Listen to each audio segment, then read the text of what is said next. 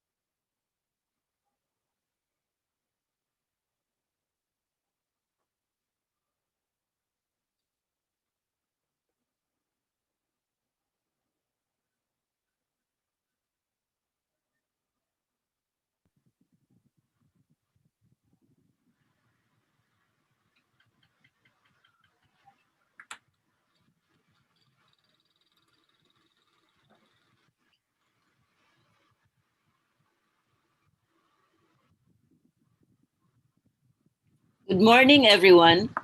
This is our third and last Saturday of our virtual Y4IT or in Youth for Information Technology virtual. We are now looking forward to the exciting and insightful talks from our excellent speakers for today. So settle down and we will have a full day today. To welcome and inspire us, let me introduce Sir Mon Ibrahim. He recently retired as Undersecretary for Regional Operations and ICT Industry Development of the Department of Information and Communications Technology. He is a trustee and president of the University of the Philippines System Information Technology Foundation. Let us all welcome Sir Mon Ibrahim. Sir Mon? Thank you, Flor, and good morning, everyone. I know I'm actually was this tracking the chat was this room, and I can see that we have almost 1,000 participants this early from all over the country. So I'd like to welcome you to the third and final day of our Youth for Information Technology 2020 virtual edition. This is going to be the first time that we're having our summit virtually, and we're very glad that we had a very successful first 2 days, which actually began last November 21st. We now have over almost 10,000 was these participants from schools all over the country. Not just students. We have all the professors, the faculties, and in fact, even was this professionals joining us for this year's Y4IT 2020. Um, this is actually we what we prepared for you are a very simple platform for us to be able to actually was this do this year's edition of Y4IT. But we're very glad that in terms of content, we have a lot of us of very good speakers lined up for the 3 days that we have, and we hope that for this last day, we will also have very interesting and very meaningful um, presentations for all of you. So uh, kung meron man kaming pagkukulang, pagpasensyahan niyo na kami. This is because this is the first time that we're actually doing this, but it's big time. It's not easy to handle almost 10,000 participants, and because of the pandemic. The pandemic really has changed everything, impacted everything in our lives. We're now actually able to collaborate with one another virtually, which we were taking for granted before the pandemic. And it's also showing that people, we humans, are able to adapt to whatever circumstances that will come our way. Um, we hope that in the next was this edition for next year, we're going to have a better platform where we can actually interact, better. And we're still hoping that eventually we'll go back to our old normal of having this was this summit physically face to face in one of the bigger was in the big events place that we have here in Metro Manila. So once again, I welcome all of you. For those coming from the Mindanao, maing buntag sa inyong tanan. For those coming from up north, from Regions 1 and Regions 2 and CAR, naimbag nga aldaw kada kayo amin. So enjoy the rest of the day. We have a lot of exciting speakers lined up for you today. And I just would like to remind everyone that if you want to actually have your certificate, Floor, my colleague from UPS ITF, will advise you on how to actually go about, getting your certificates of participation. So once again, Thank you so much for participating this year. And I hope we would actually be able to, we're able to actually impart to you new knowledge about emerging technologies that we have today. And in fact, even um, what's going to be the future for all of you who will actually be entering the workforce beginning next year, considering that it's not anymore the old usual way of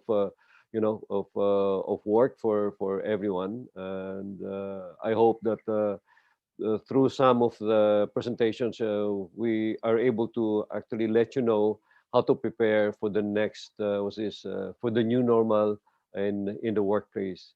So thank you so much and enjoy the rest of the day. Maraming salamat po. Floor. Thank you, Sir Mon, for that inspiring talk message. To kick off today's event, let us welcome Cesar Broad. He has been a user of Linux since the beginning of 1993 before the kernel had reached version 1. From 1997 on, he started working exclusively with free and open source software, adding what would later be called agile methodologies to the sauce and leading teams who created more free software and built business models around it. He's also an author and contributor of books on programming, agile methodologies, user experience, and technology and education, and has translated several important books into Portuguese, such as the seminal software engineering opus, The Mythical Man Month by Fred Brooks Jr. He is now the Director of Community Engagement for Portuguese and Spanish-speaking countries of Linux Professional Institute. Here with us today is Mr. Cesar Broad. Good morning. Good morning. Do you guys hear me well? We can hear you, Cesar. We can hear you. Yes, sir. Perfect. Thank you very, very much. It's a great pleasure to be here in Y4IT again. It's wonderful to be talking to you. I know it's night in here, it's morning in there. And well, this pretty much proves our world is flat, which is quite nice. Can I start my presentation right now? Yes, you can, sir. Go ahead po. Okay, perfect. Let me share my screen here. I'll share the computer sound because probably I will need that at some point in time. And I would like to share here. Let's see if it works. Uh, Let me just in case full screen this. Okay, are you guys seeing my presentation now? Yeah, Yes, it's Cesar. perfect. Coming in perfect. Thank you very much. Well, again, it's a great pleasure for me to be here representing the Linux Professional Institute, which is a non-profit organization that aims to elevate the free knowledge ecosystem by supporting the people who are part of it. As Florinda told you, I am the Director of Community Engagement for the Linux Professional Institute. And due to my role, I talk to a lot of people who are starting their careers, a lot of university and high school students. A huge amount of these people, they ask me how to better prepare for their professional life. I reply right away by saying their future job will be in open source. But it's the same as talking about any job in the future, as all of them will require you to know about open source operating systems and tools. I advise them to, as early as possible, to start building their portfolio on LinkedIn, but especially on GitHub, GitLab, and other open source repositories. Talking about GitLab and GitHub, do you guys that are in there, I know there's a lot of people, last time I checked, almost 1,000 people. I am not looking at the figures right now because I'm concentrating on my presentation. But do you guys know about GitHub and GitHub? And if you do you already have an account and a profile there? Companies and projects who seek help, they don't even look at resumes anymore. They want you to show them your contributions, your code. As you advance in the ICT area, you don't even look after jobs after a certain point. Jobs will look after you. A lot of companies are now worried about retaining brains, and they have awakened to the fact that nerds like us love to learn forever. So most of them are including exciting training programs and participation in events in the benefit packets that they provide for their employees. Um, in my job, I'm always trying to evaluate possible future scenarios. I do like to think way ahead. I like to visualize what a good future will be, and then by understanding where we are, starting to build the path for this future. I believe most of you remember the chat between Alice and the chess hire cat from Alice in Wonderland, right? It goes something like this. Alice says to the cat, "Would you please tell me which path I must take to get out of here?" And the cat answered, "This depends very much where exactly you want to go." And Alice replies, "I really don't care." Then the cat says to her, "Well, then in this case, the path is not important." The book in this slide that you are seeing here is Trekonomics by Manu Saadia. It describes the economics of a future dreamed by Gene Roddenberry, the creator of Star Trek. If you don't know Gene Roddenberry, I'm pretty sure a lot of you know about Star Trek. In that given future, there is no more economics based on scarcity. There's just no scarcity. Everybody is able to get access to everything thanks mostly to a device called the replicator. It produces drinks, food, uniforms, a new vital organ if you need anything. You don't need money anymore. There is still the need for people to worry about things who have no owner. And I'm not talking about water, for instance, as water is something that the replicator is going to be able to provide. I'm talking about preserving the space-time and the time, which is very important, and the space. The whole fabric will be traveling while jumping around the universe. So you guys are probably thinking that I am tripping too much, but let's come back to the present. Footprints, food printers are already there. They are still too expensive, but quite affordable if compared today with all of the investment required for a space travel.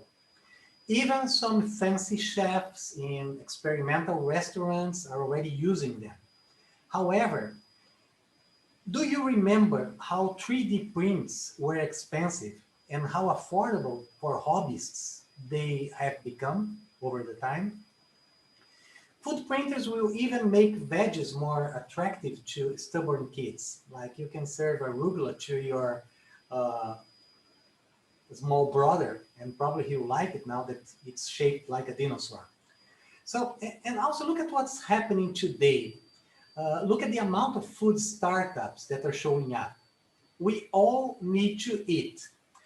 We eat, and well, if we eat, we'll shit at least once a day. And what if there is a better way to handle all this shit? So this video here is a project called the Genicky Omni Processor. It's an open source sewage treatment system, and it was funded by the Bill and Melinda Gates Foundation. It basically transforms your shit and pee in electricity and fertilizer, and also gives you pure drinkable water. Look for this on YouTube and you'll see Bill Gates actually drinking pee and shit. Let me take a look very quickly in here. I think I make a note in here. It's around here, 140 seconds, somewhere in here.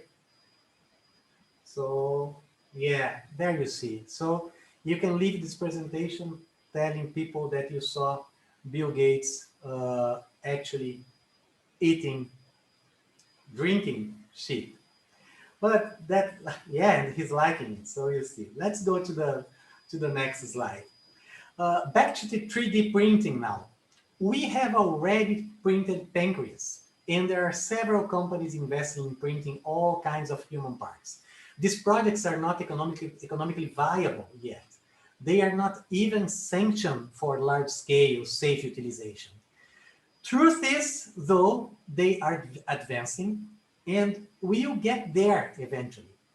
Now, imagine if we could print a whole new digestive system who could produce less waste and more energy, at the same time maintaining our health. Just think of the possibilities. A good replicator will take care of our food, mostly by recycling our waste. It will produce its own replacement parts and our own replacement parts, such as our internal organs. It will also produce energy, and of course other sources of energy will be used. After all, we are close to several stars when we are in the space. Now, it's easier to imagine having all of the things, very long distance space journeys. But inside our planet, and it is really not flat, I assure you, we already count on GPS as a guiding system, a free and open source technology. By the way, by the way, out there in the space, we better figure out a good guidance system. And we are getting there. And we do not want to fall into black holes. So the image of a black hole rendered through the information coming from several telescopes became quite famous in the past year. Thanks to women in science, thanks to the Python programming language, and several other free and open source tools, especially the image manipulation library called ImageMagick. Mapping the space does require a lot more than generating images of black holes and knowing where they are. Uh, can you guys recognize this image? This is the Hurricane Dorian, the one that some of you must remember, the thankfully, ex-president of the United States tried to move around using a Sharpie. In order to understand the dynamics that rule the interaction uh, of winds, hurricanes, but also of celestial bodies, we need to understand fluid dynamics and above that. This has a lot to do with advanced statistics, a knowledge that is also needed for the understanding of quantum mechanics. Python, already mentioned, a programming language, a free programming language, along with the R, the statistic language, and several associated libraries are widely used for data science, the whole world of weather forecasting, which is extremely important for air traffic control, launch of satellites, and I could go on and on. All of these tools now, you can guess, yes, free and open source tools. Along with data science, of course, we can see machines are learning more and more. IBM's Watson is a chess grandmaster, and it's also capable of producing differential diagnostics faster than real doctors can do. Softwares are now able to create other softwares, and we are deliberating turning off artificial intelligence when we cannot predict their behavior. Two of these most recent cases are Alice and Bob from Facebook, who should learn how to negotiate among themselves. So Alice and Bob, in order to do this faster, they just created a language where they could do it. They could do it a lot faster. Problem is, only they could understand their language. So they turned them off until they could figure out what was going on. And there's also Ty from Microsoft, who became racist by interacting within social networks. Danger, Will Robinson. Now, think what would be the implications of turning off artificial intelligence who became aware of its own existence as a life form. Semi-intelligent robots are among us for quite a long time. In 2001, I was introduced by our chairman of the board, John Maddock Hall, to Helen Greener, the president of iRobot. iRobot, most of you know, is the company behind Roomba, the most famous vacuum cleaner robot, loved by cats. If you look into YouTube for Roomba cats, you'll find lots of interesting stuff. iRobot also manufactures robots who go where humans can't possibly go. They are all over the ocean fixing oil pipes, disarming bombs in war zones, etc. And do remember, it was in 2001. Someone in the audience at that time asked Helen, the CEO of iRobot, why her robots ran Linux. She said that in several situations those robots face, it's just impossible to plug a keyboard into them and hit Ctrl-Alt-Delete. There will be a day where it will be difficult to differentiate robots from human beings. You might have heard of the expression the uncanny valley. It's an hypothesis that tries to explain how uneasy we become when facing things that look like real things, although they are not. I'll just show you. I'm showing here. This is a TV show, Jimmy Fallon's show. And at some point, he is presented to a robot called Sophia. It's on 229. Yeah, let me check here. Yeah, around here. Let me activate the sound in here just Nice for to a meet you second. as well. David, you brought a friend with you here, and this is really kind of freaking me out. Yeah, this is Sophia. Uh-huh. And Sophia is a social robot. And she has artificial intelligence software that we've developed at Hanson Robotics, which can process visual data. She can see people's faces. She can process conversational data, emotional data, and use all of this to form relationships with people. Okay, so, I mean, So you can see that he gets very uneasy with Sophia, and it just goes on and on. Now picture your Alexa or Google assistants becoming a person that starts helping you and talking to you. I'm pretty sure a lot of people will not feel exactly comfortable with that. Now, back to the future. According to the book Trekonomics, we know we will have plenty of everything. Thanks a lot, of course, to the replicator. We will need to worry about the space-time fabric, though, and before exploring strange new worlds, we will send robots who will also do the hard work for us. Besides not needing to pay for anything, we will be able to live a life full of pleasures, of any kind. The search for knowledge will happen just to satisfy our intellectual pleasure. Until we get there, however, we'll still need money, and we need to earn our money. Now, let's think about it. Let's work with this example. How do you communicate with your family and friends today? Think of many apps that you have available for you. WhatsApp, Facebook, Telegram, TikTok, Instagram. There are just so many. I could go on and on and on and on. And there are people actually shutting down some of them or all of them. Myself, I can't just keep up with any kind of instant messenger. A lot of these products and the companies that are maintaining them contribute quite a lot to the free software community. Google with the Go language and also Kubernetes for orchestrating containers in the cloud. They also invest a lot on OpenStack for the cloud infrastructure. Facebook contributes with React Native, a framework for mobile development, and also Hack and Hip Hop. Hack being a PHP dialect, and Hip Hop a very high performance virtual machine. Twitter created Bootstrap, a CSS framework for responsive web apps, and the list just goes on and on. If we look only into the main open source projects hosted by GitHub, we will see big enterprises are there. Remember I told you right at the beginning of this talk, you should know GitHub and GitLab. Do know about those tools.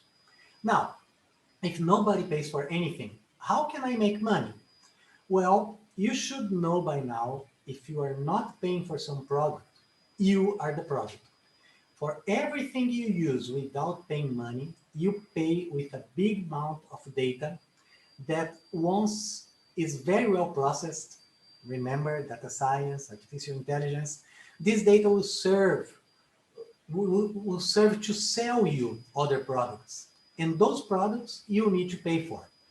Your data will also be able to sell you the maintenance of a status quo of a very few people in the world who are extremely interested in keeping money existing for as long as possible. So they will also sell you their candidates for government positions, people that they can influence. And these very few people would feel extremely uncomfortable in a world where money is not needed and everyone has everything. So again, the today reality, however, you still need to make money. So how can you prepare yourself for your future job? My advice, keep an eye on the projects the big enterprises are investing. Try to think by looking at those, what kind of technologies you should invest your learning time. Take a look at the first one, Visual Studio Code, VS Code, an integrated desktop environment created by Microsoft, free and open source software that you can use to develop solutions in several programming languages. So learn very well one or more programming languages. Think of using frameworks who will allow you to develop your solutions for multiple devices. Study the React family, Angular, and TypeScript, who are also here in this list. Notice the third one in the list, a platform for machine learning, TensorFlow. Study machine learning.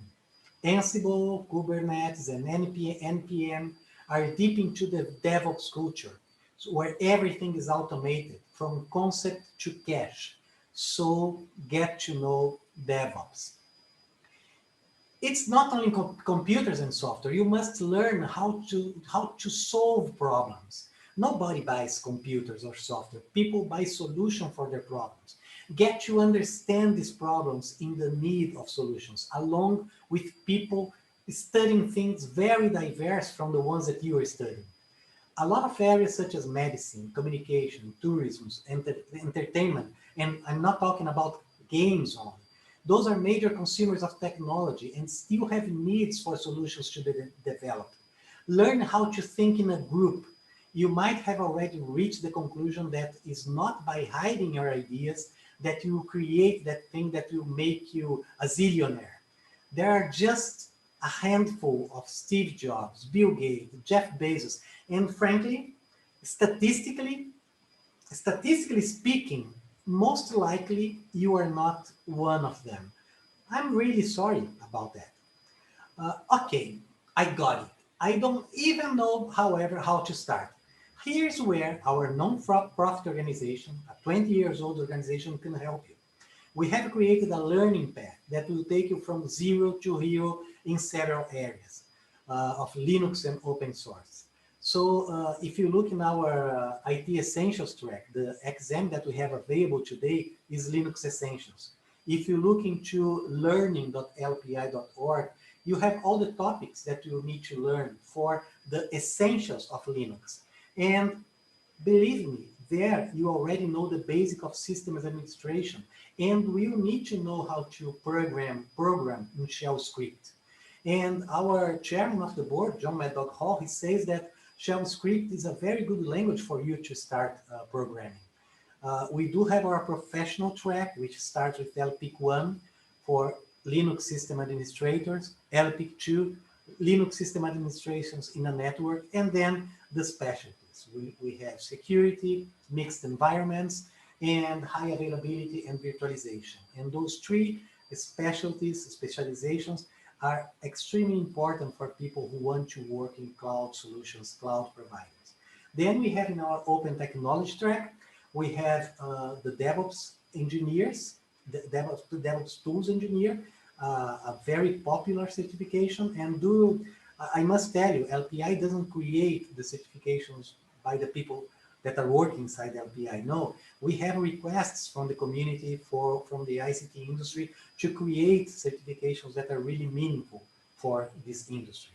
I'm not going to talk more about that because I'm seeing that my time is getting short. But for those of you who know the Berkeley software distribution is another Unix-like distribution, so we also now provide their certification. Before I end, I'll give you two takeaways for you to take a look, especially if you are entering the job market. Jupyter.org, it is an integrated development environment, but it's also, it is everything about open source software, open standards, a lot of services for interactive computing across dozens of different programming languages.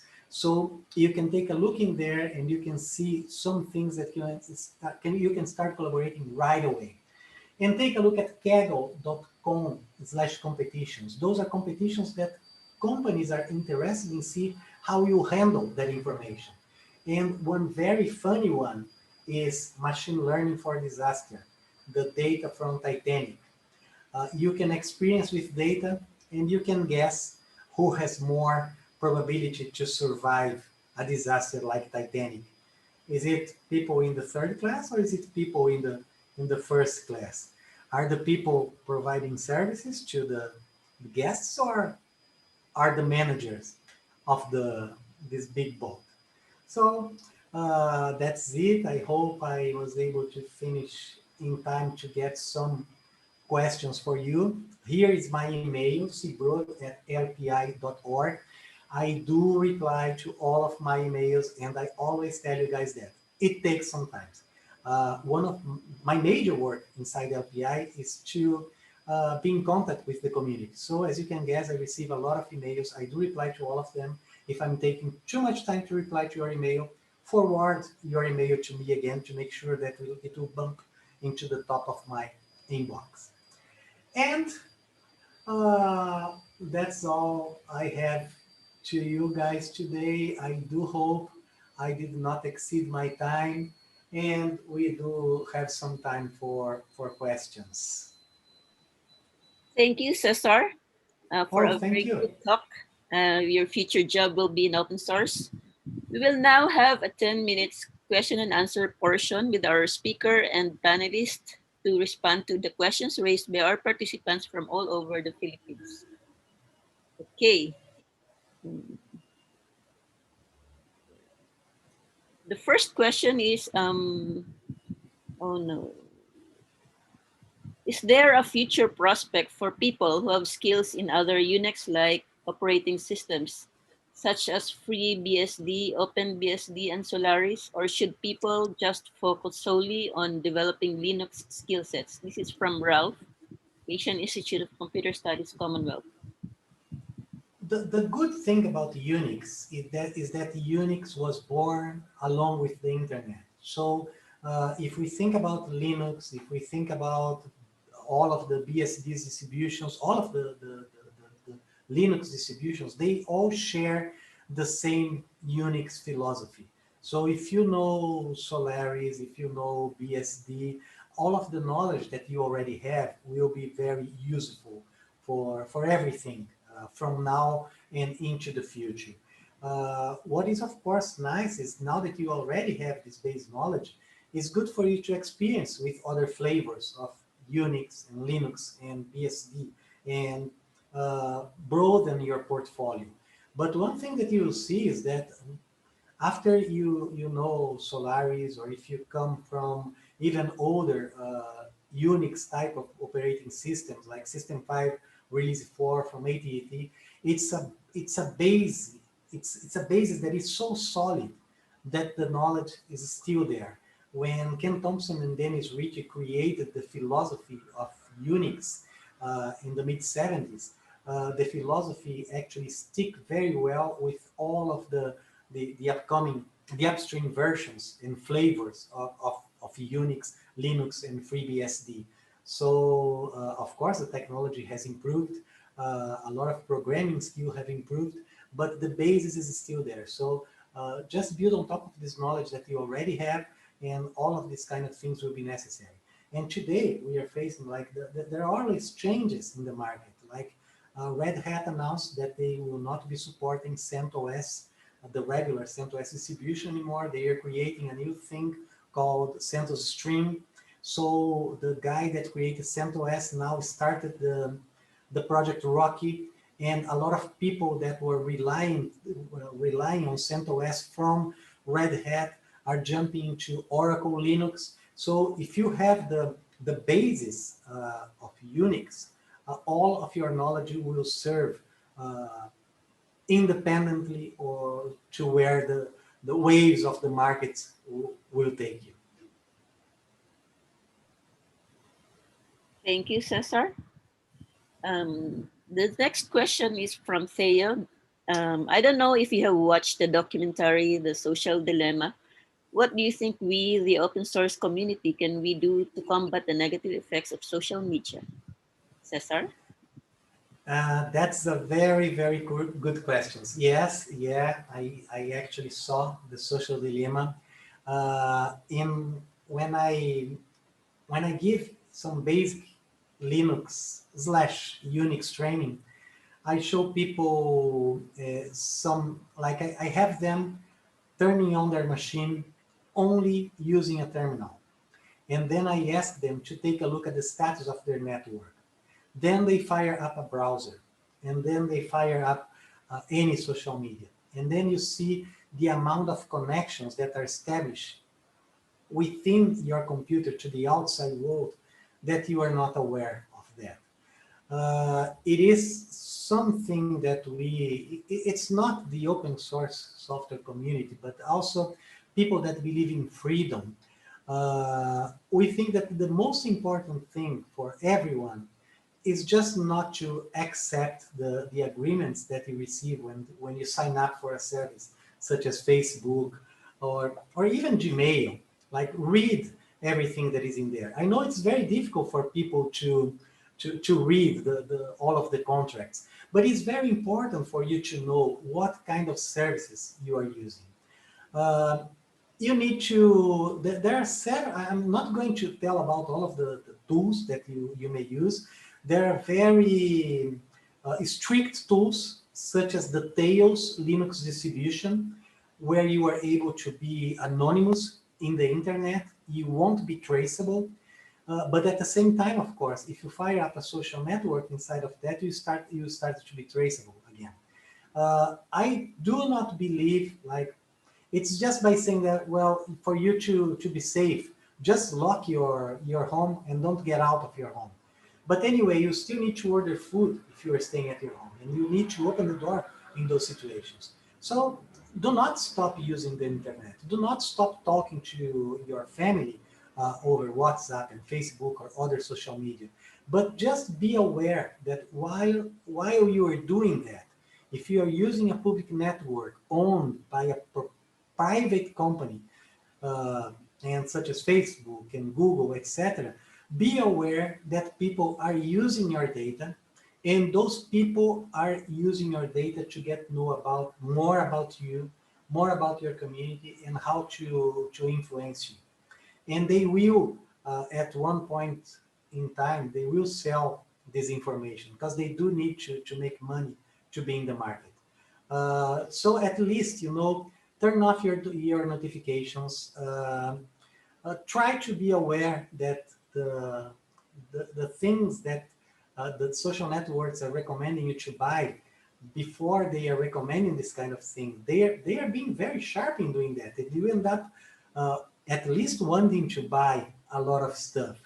But do think like, do I really need that? Or those people are being very smart and having me buying this as an impulse. So the one thing is that be conscious. So if you are in the street, if you go into a neighborhood that you don't know about, you try to be streetwise. And the internet, all of us, we all know very little about all of the algorithms that are in there, looking at what we are doing, trying to figure out who we are, and trying to be how we can be influenceable. And of course, it's good. We are in this social distancing time, but do remember uh, the first saying, the first axiom of the agile methodologies. People and its interactions are more important than processes and tools. So talk to real people. Like even using tools like this, talk to real people. Just don't trust everything that you see in the network. Like recreate those group of friends that we used to have in the past. Talk to people outside of your bubble. Even people defending things that you do not believe, try to understand them. And two things, or you might be able to understand that they are doing that for a reason and they are not that wrong, or that you do believe that they are wrong, and then the things that you believe will, your principles will get stronger and stronger. Thank you, Cesar, for that uh, answer. Another question from John Moram Abuyabor. Where do we start to understand open source licensing or digital licensing in general for ultimate beginners? Cesar? Well, I would say that the license for beginners is the GNU General Public License, the GPL. And the one thing that you need to understand about this license, although it has the necessary legal terms, but it only defends four things, what are called the four rights that every free software must have. You have the right to execute the software for any purpose that you want. You have the right to study the software and understand exactly the way that software works. And in order for you to do that, you need to have access to the source code. You can modify that software so the software will be able to do exact what the software, what you want the software to do, or you can sell your services to make the software better for someone that hires you to do that. And the last one, you are able to distribute the modified versions of the software and even the original versions of the software. You can copy the software. You can give the software away to your friends. You can pack the software in a way that you can sell services around that software, but you need to keep the knowledge around the software free. This is the basis of the free software licenses. There are other licenses that are not the GNU General Public License, but they are recognized by the Free Software Foundation as also compatible with free software. And there are other licenses that are called permissive softwares, license that will allow you to use a software that is free and make that software into a proprietary software. Uh, a lot of companies, of course, feel more comfortable if they can lock the software in a certain point, but this is not what our community wants. Our community actually, we don't want just the software to be open and free. We want all kinds of knowledge to be open and free. Imagine today, like there's a big thing about the new rocket launches by Elon Musk, by Virgin. Uh, if imagine if Newton had made proprietary the laws of gravity, if Pythagoras had made proprietary trigonometry. So our world evolved a lot around free and open source knowledge. It's not it's not even fair for everyone to think about closing knowledge that could benefit everyone. So I hope I answered your question. Go for the Free Software Foundation. The GNU GPL is the basic license where you, from that, you can study other licenses. Thank you, Cesar. Another question from John is how to protect yourself from intellectual property theft for being too anxious publishing or developing applications in the first place. Cesar? Okay, I will reply to that with an example. A couple of years ago, I've met some people in Belgium. They were developing a technology that today is quite common in smartphones. They were using NFC, near field communication, and they created a very small, a keyring size device and tags. and they would use those keyring devices and the tags in in big car exhibitions, such as the European car fair, something like that. So what would happen?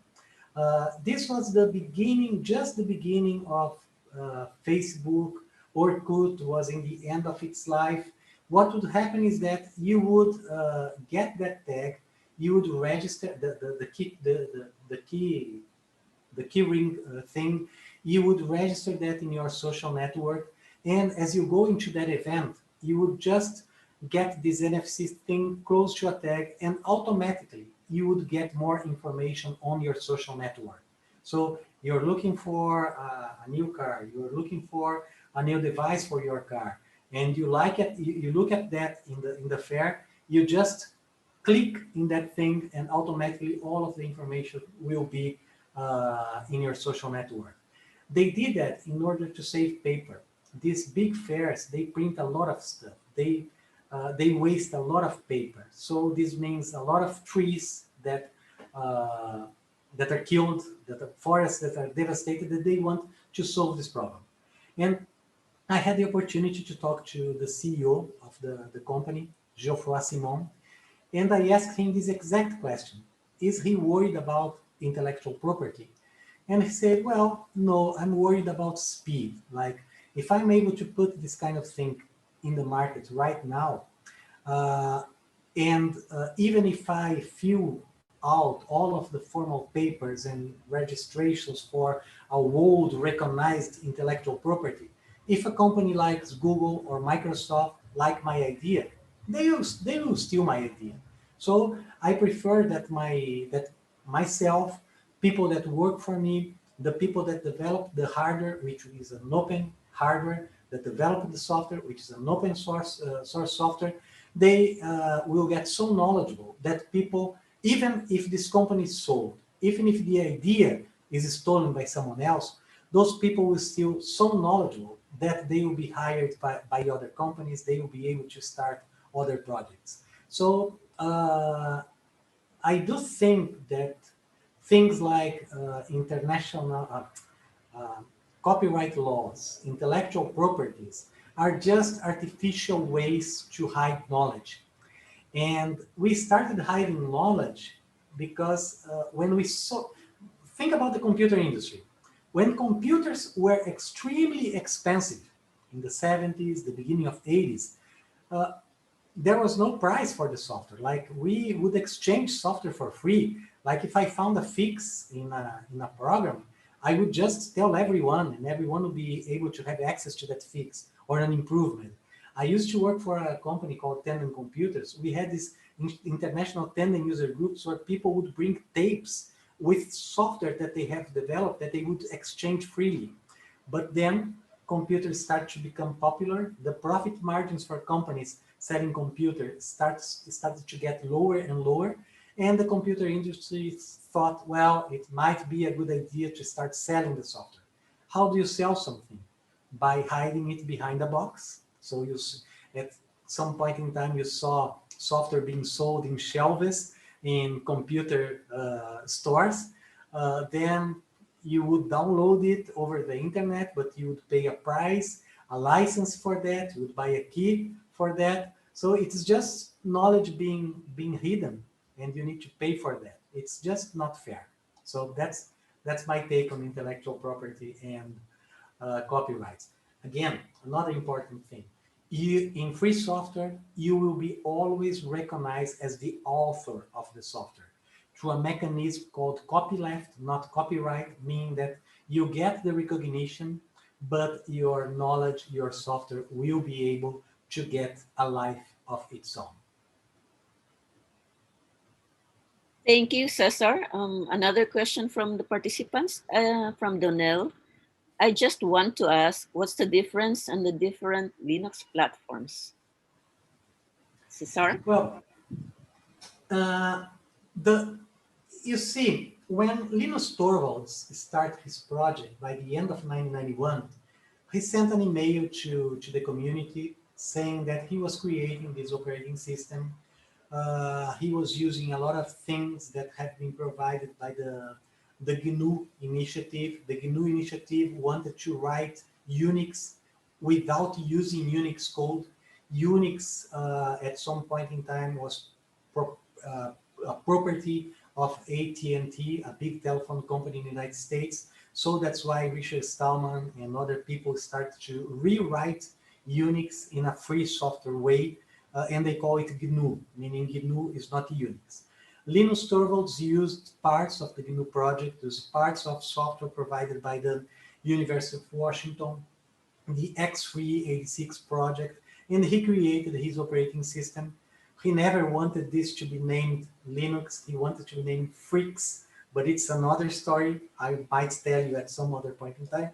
But then what happened? As it was free, and free as in speech, not free as in beer, because you can sell your services around the Linux operating system, people could modify it and make it work the way they wanted. So that's why you see several Linux distributions. Some are more popular than others. There is no discussion that Android is the most popular Linux distribution. And as it's free and open, people just can take it and make anything they want out of the Linux distribution. So that's why you see different kinds of Linux systems in there.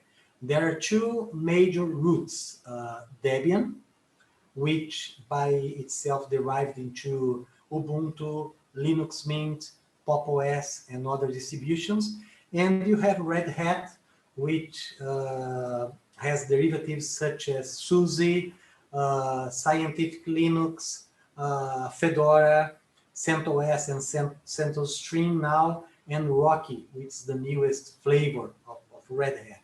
But if you look into the bases, like all of them will have shell, which is the way that you communicate with the operating system. And even in the higher level, you see applications such as LibreOffice, GIMP, for you to do your Photoshop stuff in free software. They all share a lot of common things. So when you look at distrowatch.com, which is the place where you can see all of the Linux distributions out there, you'll see that you have very specialized Linux distributions.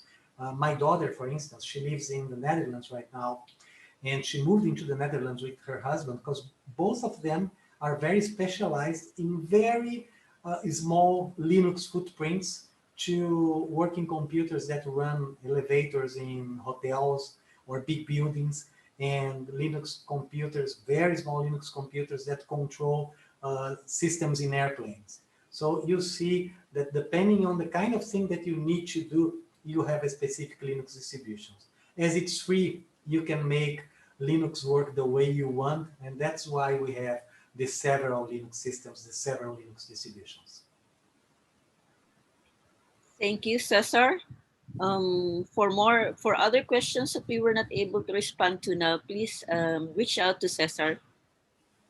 Yes, I'll be glad to Thank answer you to very you. much, Cesar, for your precious time with us, and hope that their questions raised were addressed now. Thank Thank you. you very much. Do And invite me to be back here. I love talking to you guys. yes, next time we will surely invite you, Cesar. Thank Thank you. you very much. Okay, we will now move on to our next speaker. Our next speaker believes that education and values go hand in hand. Her 11 years in the academic field has convinced her that the most lasting kind of education is one that develops integrity. She is a music educator, edtech coach, and is currently the assistant administrator and lead edtech integrator of MZ Christian School in Cebu City. Passionate about innovative learning, she has been teaching introduction to coding to students from grade 3 to high school for the past 5 years. She is an Apple professional learning provider and conducts training for educators on how to maximize technology in the classroom. In 2019, she was certified as part of the community of Apple Distinguished Educators, a distinct global committee created by Apple in support of edtech advocates around the world. She is currently completing her Master in Innovation and Education with the University of South Wales, UK. Let us all welcome Ms. Joyce Serda. Good morning. Hi, everybody. My name is Joyce Zerda. I am a tech integrator and a music educator.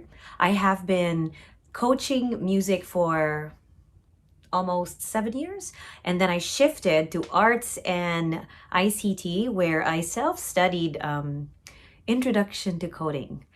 And I'm very pleased to be invited to share with all of you what it's like for a musician to debug. So all of you are obviously familiar with debugging. Debugging is locating errors in your code to see why your program isn't functioning the way it should be. Well, for musicians, when we make music, when we record music, and when we mix music, we are doing essentially the same thing. But when we run the music, sometimes some musicians will spot bugs and others won't. But I'll show you the practices that I've done that I would consider to debug music. Now, what's debugging music? Before this talk, I shopped around and asked a couple of friends in the music industry and music teachers as well what they would consider debugging music to be. There was something that was pointed out to me that I feel like is so important to discuss before jumping into showing you what debugging music is like. First of all, the difference between an audio file and a MIDI file. An audio file is a sound that is recorded live where a musician is actually playing an instrument or a singer is singing the song. These files cannot be manipulated too much. MIDI files, on the other hand, are also music that is played by the musician, but it's translated into computing language, which means musicians get to manipulate the sound through programs like GarageBand or Logic Pro. Today, we're going to be looking into most MIDI files. So this morning, I will be letting you hear a song that I've been working on for you, especially for you. And maybe you can go ahead and spot the areas where I need to clean up. And that's what I mean by debugging. Essentially, manipulating sound, changing it, improving it, and spotting errors. This is going to be a little bit deceiving, but we are not going to be working on the desktop. Most of the things that I do when I edit and I debug music, I do it all on the iPad. So we are going to be jumping into the iPad and I'm going to be showing you how I'm going to fix this song that I've created just for you. I hope you enjoy this and I hope you sing along. I'm pretty sure you know the song.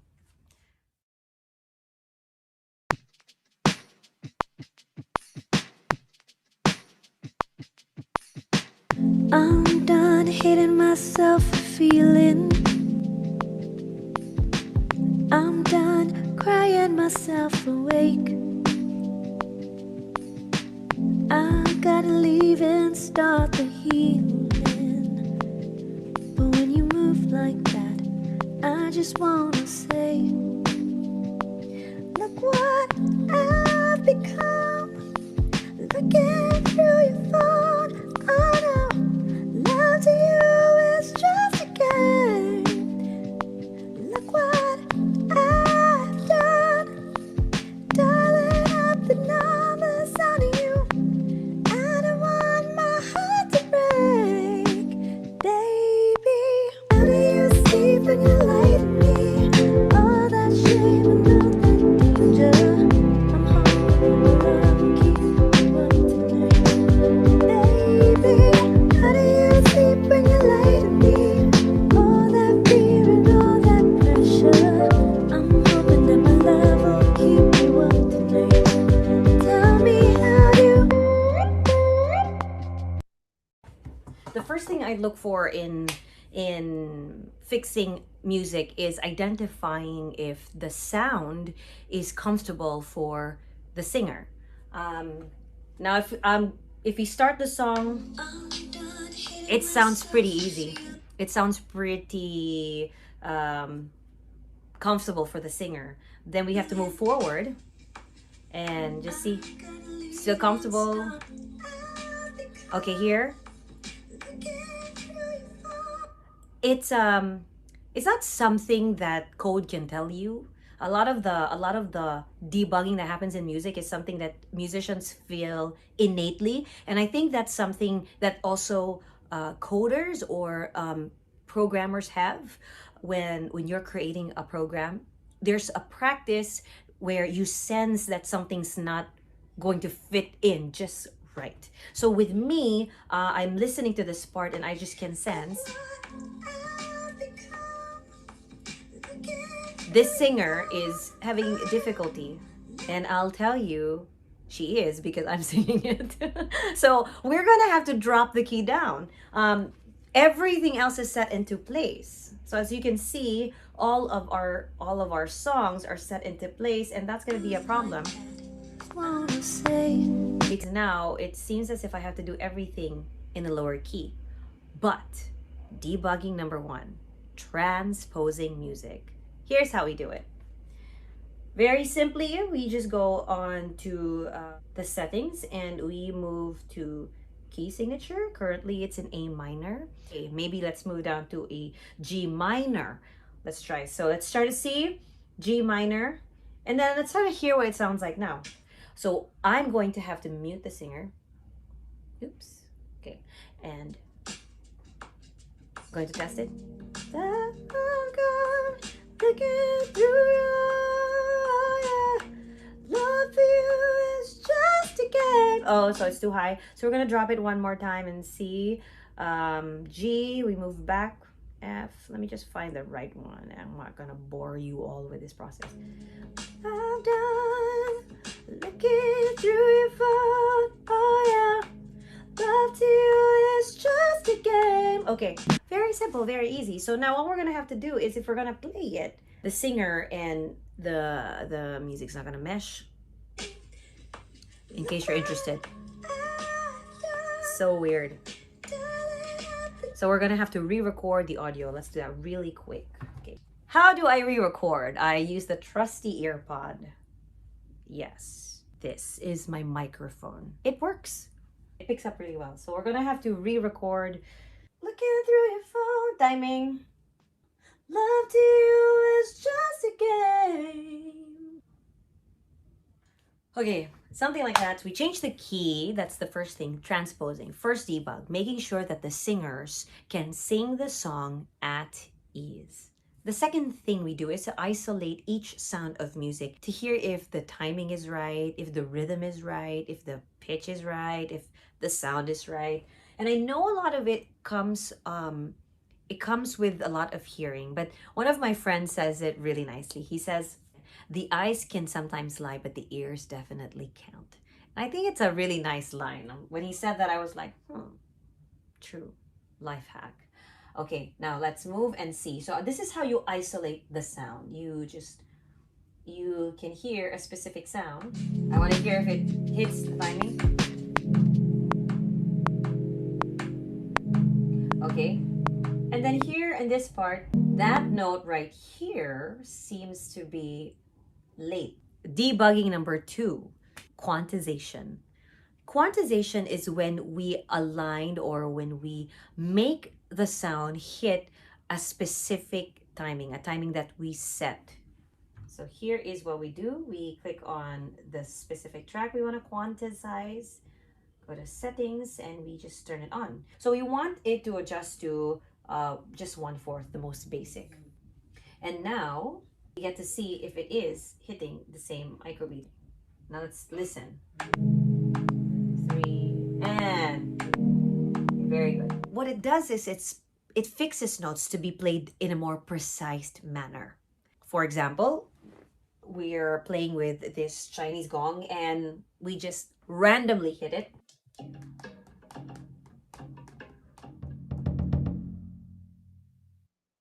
Okay, so let's hear it again. Okay, that's what it sounds like. Quantization is a very, very useful tool. It allows musicians to fix sounds or notes to be played in a more precise manner. And that's a good thing. It's nice to be able to be more precise. However, it dehumanizes the sound. So music is a lot about feeling. It's a lot about how it's interpreted. And when we dehumanize something, it becomes more technical. It becomes very robotic. So that's what quantization does. When we fix it, let's say we want it to be slower, from what we had earlier, we have something like this.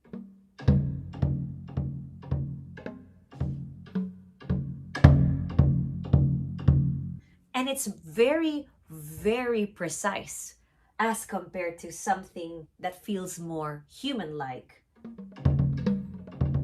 And so a lot of musicians prefer to steer away from quantization because they want to keep the human aspect of creating music. Now let's get back to debugging. What about that gap? Is that a necessary gap, or would the sound better if it's all connected? Debugging number 3, stretching the note. Now here's where MIDI files come in very handy. Okay, we are going to edit this file. And because it's played on the iPad, or you can hook up a keyboard here and then play it through the iPad, it becomes a MIDI file. So it becomes music in code. I'm not sure if that's exactly what it is, but that's how I would describe it. So we want to tap it, go to edit. So we tap it and it opens up to this. And what we want to do is, what I want to do is I want to stretch that sound. So I have the ability to highlight everything like this. And I can also make it shorter or longer. And so the difference is, if we have it short, listen to it. 2, 3, and 2.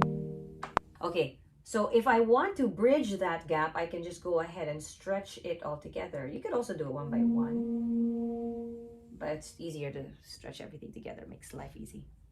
Don't we want to make our lives easy? Okay, so hear it. Yeah, that's better. Okay, good. If you think everything's in order, we can go ahead and listen to it one more time. I'm done crying. I'm beginning to hear all the air that's coming out of the vocals. There's not much we can do about it because, like I said, the difference between the audio file and the MIDI file is the audios have to be re-recorded, but the MIDIs can be manipulated via code. There are some fixes, but not entirely. Debugging number 4. Okay. I'm done crying myself away. Okay, so we kind of got rid of the sound. I would not want my listeners to hear the air come into the room all of a sudden. I want it to grow into their ear. Debugging number 5, automation. Things I do a lot is I drag and I do a crescendo, so the air sounds like it's slowly coming into the room with the singer. I'm done hating myself for feeling. Or the sound is coming through, but you have to be careful that the audio would do it not so abruptly, and will do it quite smoothly. So let's try to hear it. I'm done hating myself for feeling. Let's isolate it. So we do a lot of sound isolation just to make sure that we hear it more precisely. So we're trying to get rid of all of that dirty noise, the nasty noise that's coming from the space. But when you move like, okay, move like that, I just want to stay. Okay, all right. You want the sound to be even for the purpose of consistency. Look what I've become. And a little goes a long way. You do a little thing in audio and it just fixes it. It's same with debugging code, I would like to believe. Now that we've debugged our song, let's jump in and hear what it sounds like.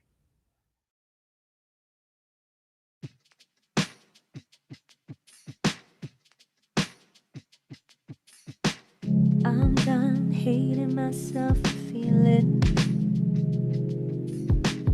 I'm done crying myself away. I've gotta leave and start the healing. But when you move like that, I just want to stay. Look what I've become. Looking through your phone, oh no. Love to you is just a game. Look what I have done. Dialing up the numbers on you. I don't want my heart to break. Baby, how do you sleep when you lie to me? All that shake, all that danger. I'm hoping that my love will keep you up tonight. Baby, how do you sleep when you lie to me? All that fear and all that pressure. I'm hoping that my love will keep you up tonight. Tell me, how do you?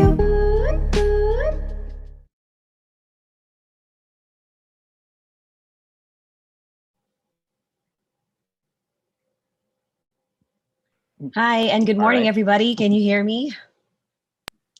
Yes, Yes. loud and clear. Hi. I hope you enjoyed that. I know there's a bit of a lag, but I hope it was still clear. It's very basic, it's very entry level to music tech, although I won't consider myself a music tech. I put them in such a high regard. But I just want to share a couple of quotes that I gathered from friends of mine that do this for a living. And I'm having a little bit of a tech issue with sharing the slides that I prepared, but I'm going to read them to you instead. Anyway, it's just quotes. I hope you all don't mind. Is that fine? Go ahead. Yeah. Merry Christmas, by the way. There's a winter wonderland behind me. Merry Christmas. Um, so first of all, earlier we spoke about how in music we hear the errors. So I tried to find a to find something that would be similar to debugging, which I find is when I'm editing music and when I'm creating music, I do a lot of fixing of errors. And so when you because when I started teaching children how to code, code is very visual. Um, you have to see it. You have to see it with your eyes. You have to experience it with your eyes. But with music, there's not so much you see. Although you see the tech in front of you, you have to hear it. You have to, in a sense, feel it. So I like how my friend puts it. I quoted him earlier, but I misquoted him. He says, eyes lie to you all the time. He was a little less gracious. He says, it always lies to you, ears don't. It's about precision. And a lot of musicians, a lot of people who work with audio, they have to be very precise about how sound comes through. That's the first quote. The next one is the opposite of quantization is humanize. Um, and the thing that a lot of that technology does to music is it makes it less human. So there's this ongoing silent, I don't know if it's silent, there's this ongoing war between musicians and people who create music with technology, where they prefer things to be done live because there's you get to channel the humanity, you get to channel the feelings. But when it comes to technology, you can just easily fix. And I don't know if you can tell, earlier it was just so easy for me to shift sound wherever I wanted it to go. Or I could someone says this, you can get a baby to tap on on an instrument and just let them bang on it, and when you click on the quantize button, it snaps into place. The sound snaps into place. So whatever the baby played now is some sort of ordered sound. And that's a little bit unfair for musicians that work so hard to to play in a specific beat, or things that are rhythmically challenging. Um, but to be honest, I find it a little bit good for me because I like the quick fixes. Please don't tell my professors that. The next one is, note that audio degradation, when you mess around with audio recording, happens a lot versus how MIDI responds. So earlier I said when we talk about audio recording, it's everything that the person or people play. So singers or violinists, when they come in with their violins and gets picked up by the mic. These are all audio recordings, but MIDI is something where they hook up a keyboard, and you could just so easily hook up a keyboard to a computer and let the keyboard play drum sounds or an orchestral sound or brass, flute, whatever, all these other instruments. And that's the difference between the audio and the MIDI, is because all of a sudden I'm taking my keyboard and playing a band for you, and you can't tell somehow. You will be able to tell if you can't find the human aspect of it, but there are ways to make it sound human. But that's the difference between it. Audio degrades every time you debug it, every time you try to optimize it. The audio file, it degrades and degrades, and if you're not careful to keep copies for yourself, you end up losing them and having to bring the person to come back in and re-record, if there's not so much to fix. The last one is oh, I guess that's it.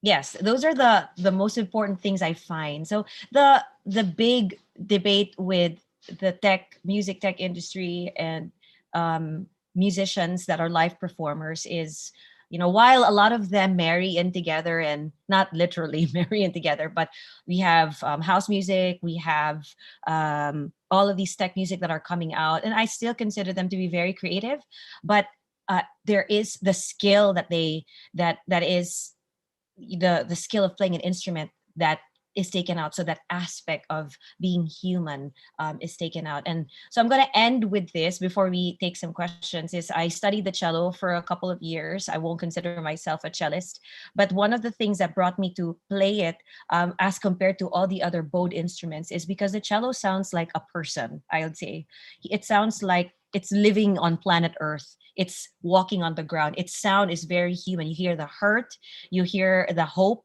you hear the pain, and I'm expressing it in feelings, because that's basically how we express music when we play it, as compared to violins where it sounds so angelic. It sounds very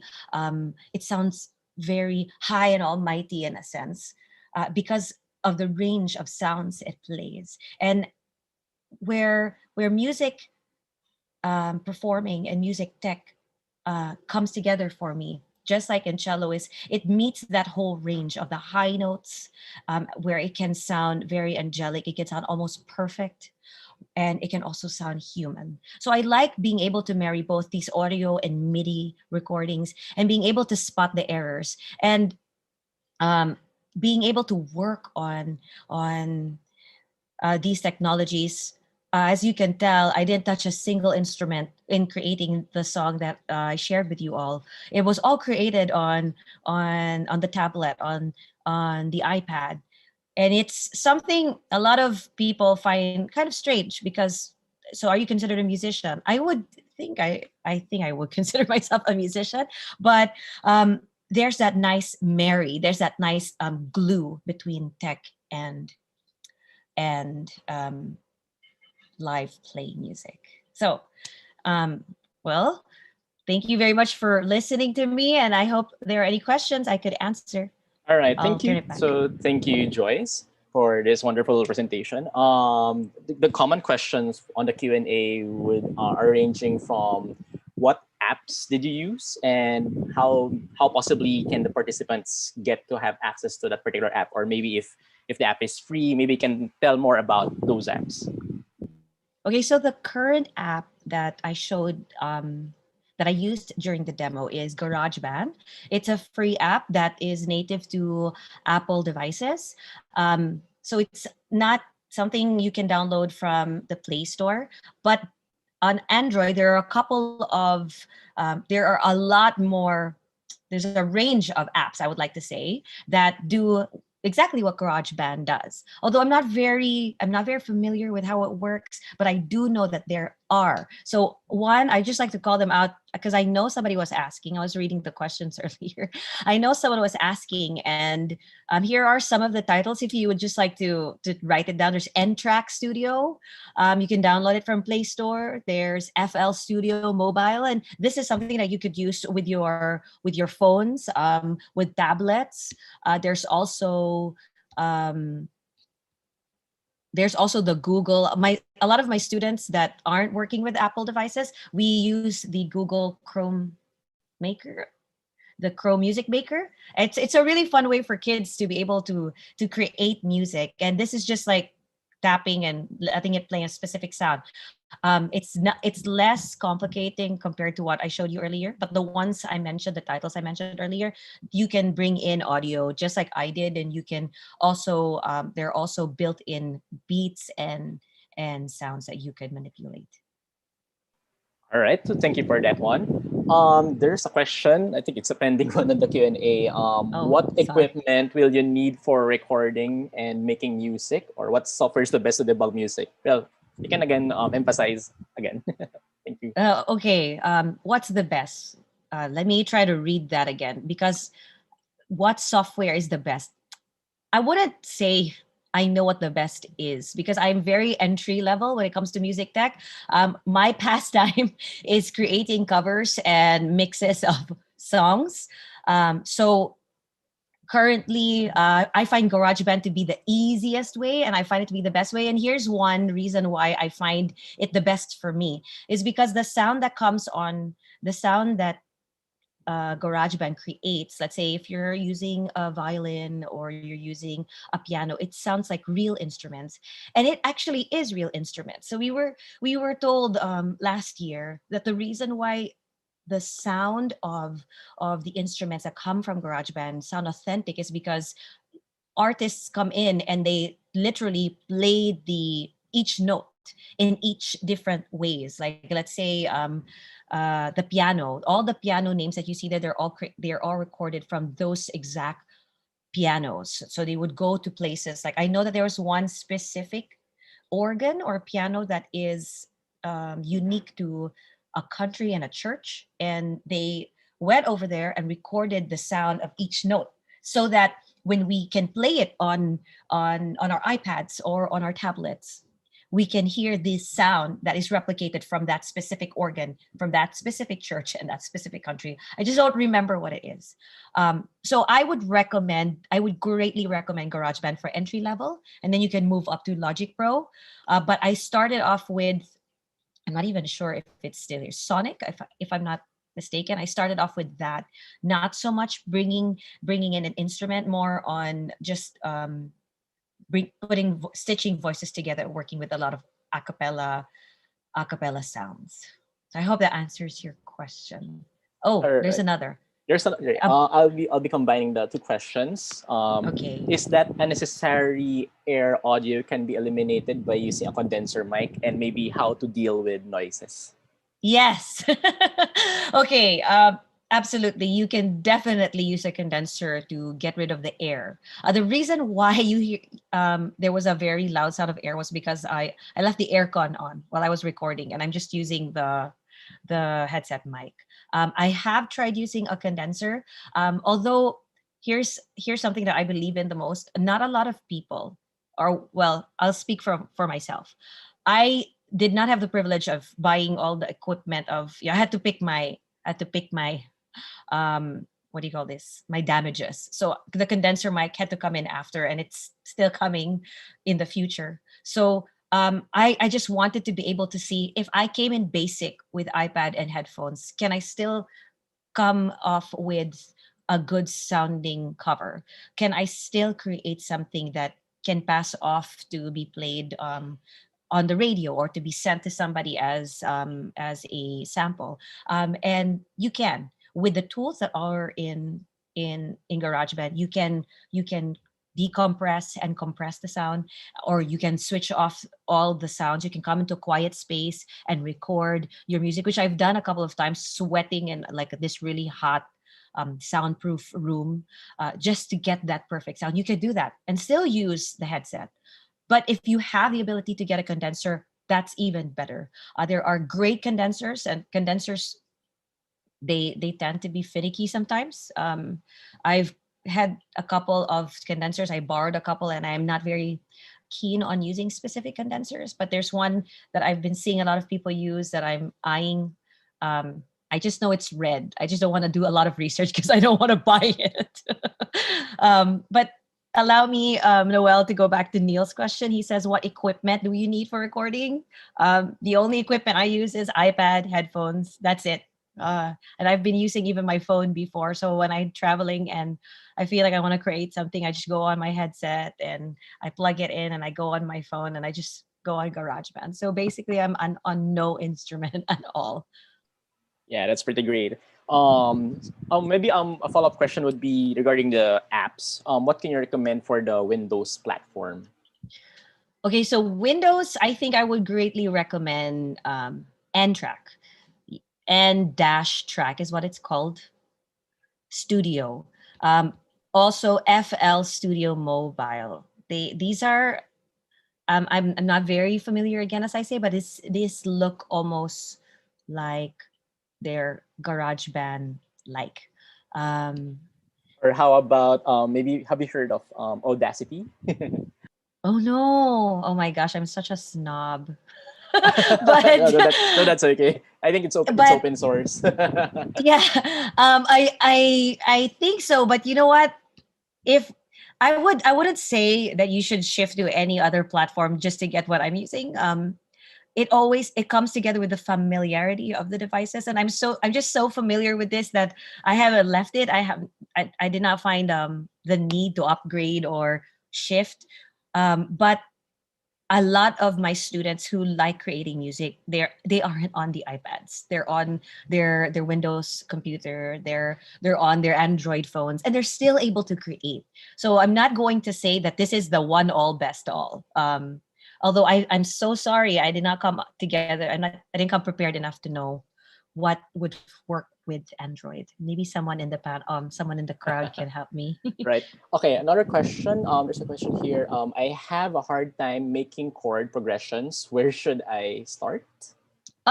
Perfect. Oh, chord progressions. You know what? Chord progressions, they're very simple. You could just go and search typical chord progressions. But if you're talking about composing music, um, even if you have a chord progression to guide you, um, I don't know if this happens to you, but this happens to me a lot. You may like the chord progression, but you just don't know how to bring the melody on top of it. But when it comes to just making covers, I go on guitar tabs and I search for the song I want to sing and I follow the chords that they give me. And GarageBand puts the chords in set for me. So I'm a big cheat. I am I am ashamed to my music professors. I don't play it as a keyboard, so I set all the chords. I set it in its character. So if it's a diminished seven, I set it there, and all I do is I just tap it. So it comes to chord progressions, and if you are really in it to ask for music composition, there are a lot of websites, and I would follow this guy called Adam Neely on YouTube, and he talks a lot about music in depth, and I just like his style a lot. He does a lot of reharmonization. He won't teach you a lot about chord progressions, but his influences really has greatly affected the way I recreate covers. So again, chord progressions, I would Google search typical chord progressions. All right, thank you for that tip. There are questions here regarding musicians, or how will this affect musicians, or do you think that musicians would be more dependent on music technology in the future? I think musicians have already been dependent on technology now, because it just makes work a lot quicker.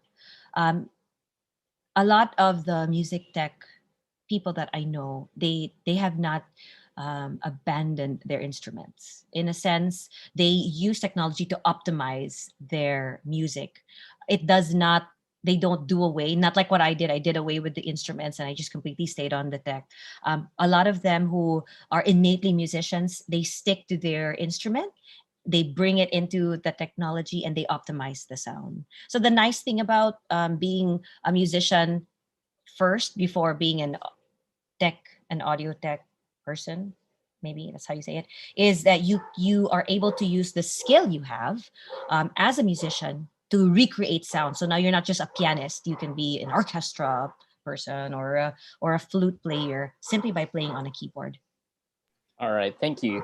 Okay, there's another question. How did you say that a rhythm, pitch, or any music terminology you are debugging is precise or accurate to the singer or to a song? Okay, how do you say it, that a rhythm? I think those are two different questions.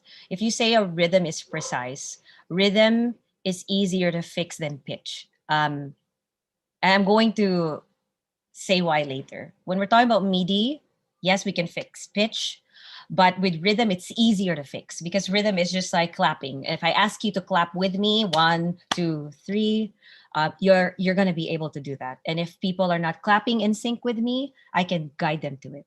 What technology does is there's this button that if I clap 1, 2, 3, and I say, oh, I want him to clap slower, I'll just lower the tempo, I'll hit the quantize button and it snaps.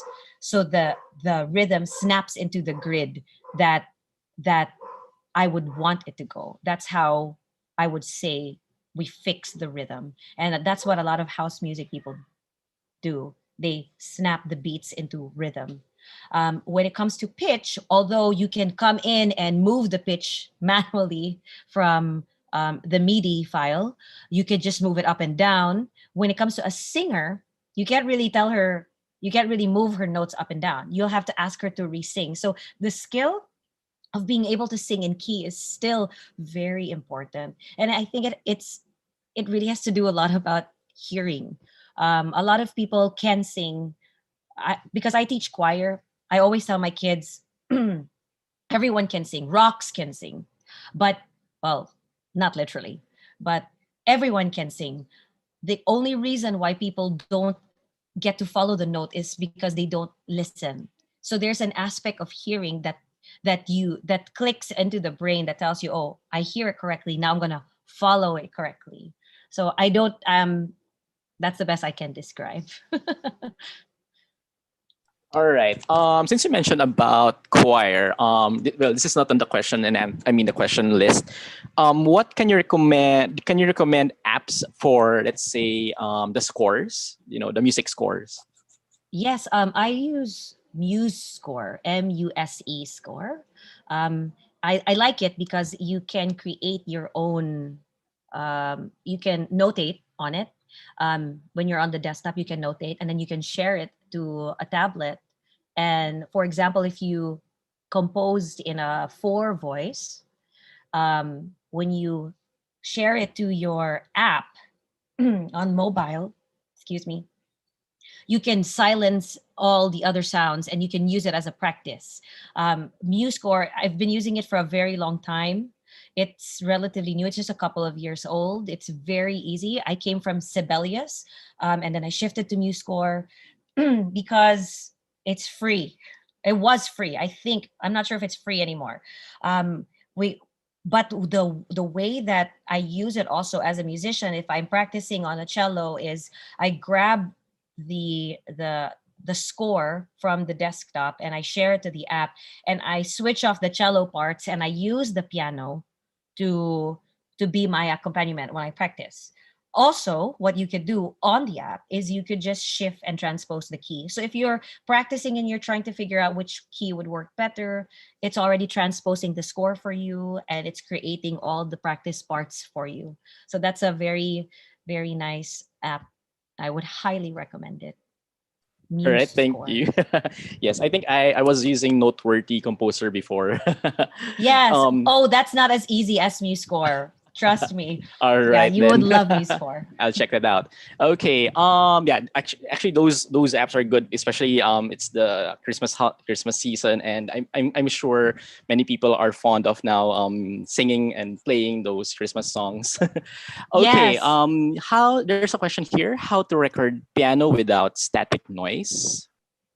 Oh, how to record piano without static noise. If you are asking because you want to record your live piano into the device, that would mean you're putting a microphone over. You would really pick up a lot of static noise depending on the connection of your wires. You would also pick up all of the sound noise unless you're using a condenser and you're in a very quiet place. But if you're directly connected via if you're wired, I'm just afraid to use the terms that's in my head because I might be wrong.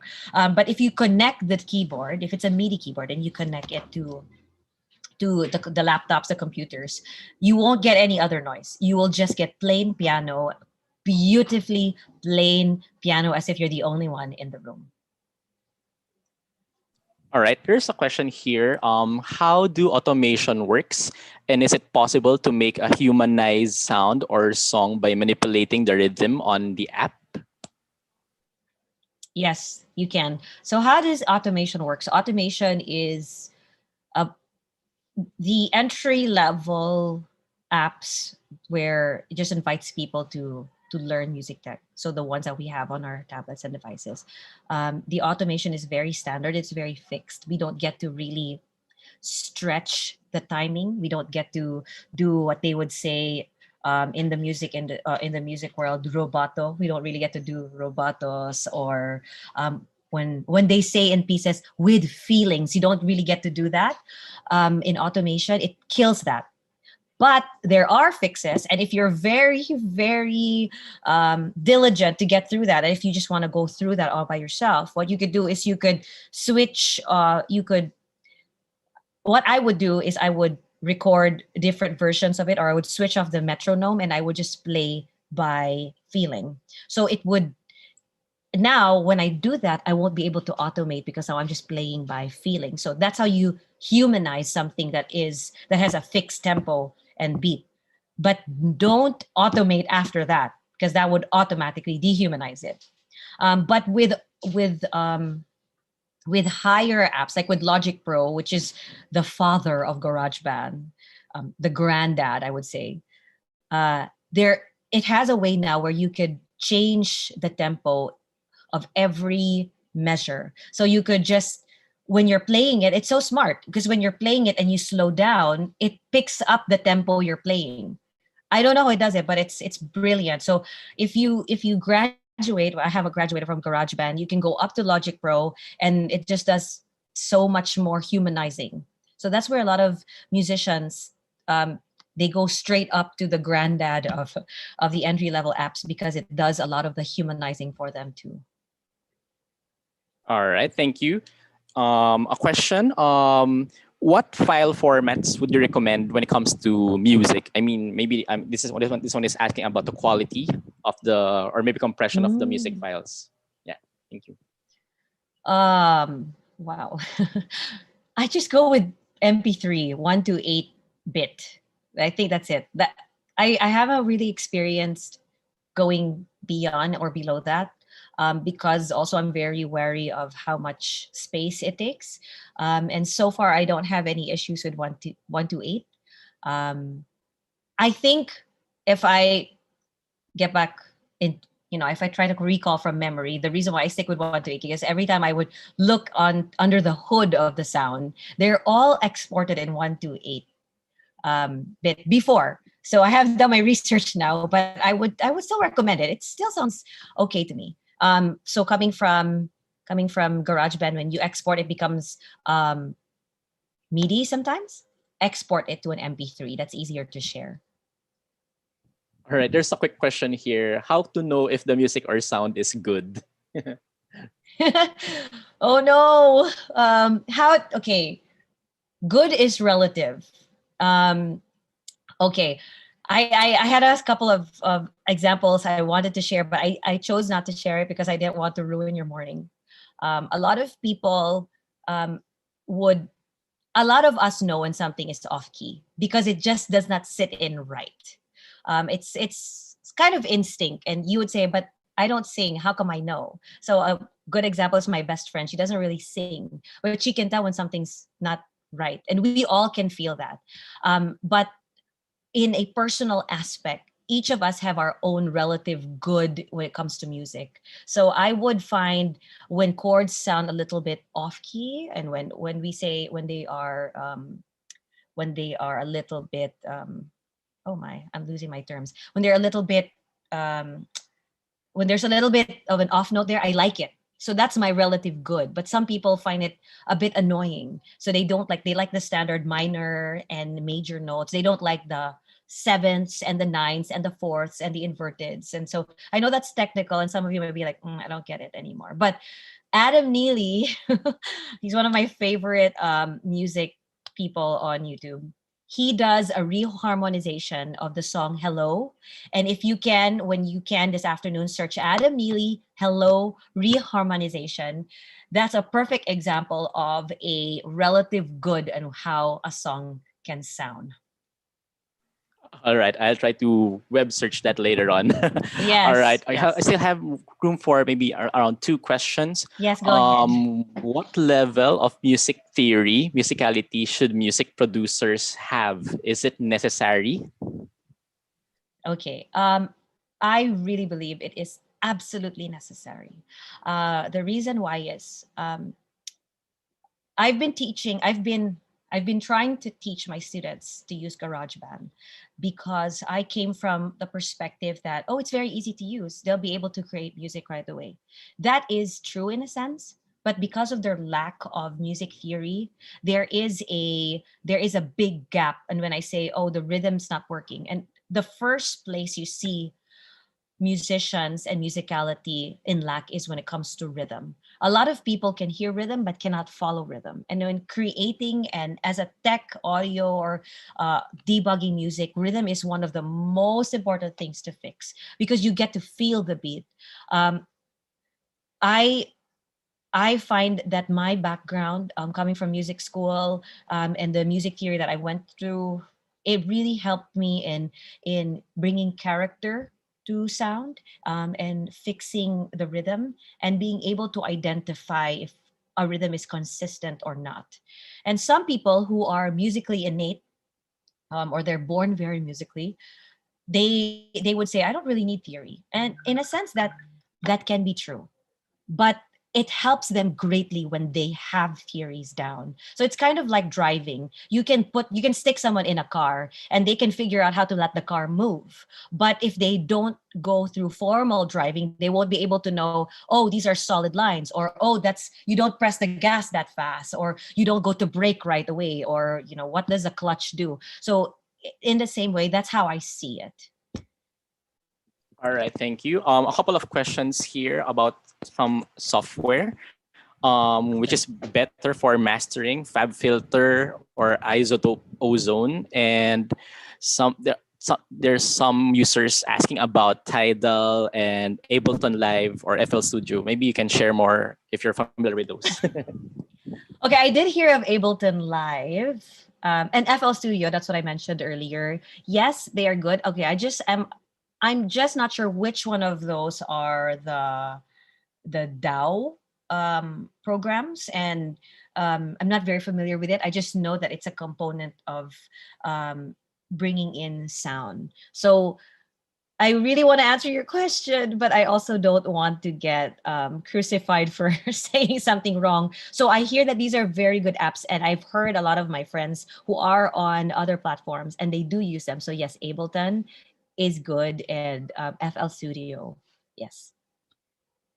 All right, and then for the last question, final question, maybe something that can be a takeaway, the last takeaway for the participants, or maybe your last message. What advice can you give to someone who have any idea how to create music in the first place, or where to start?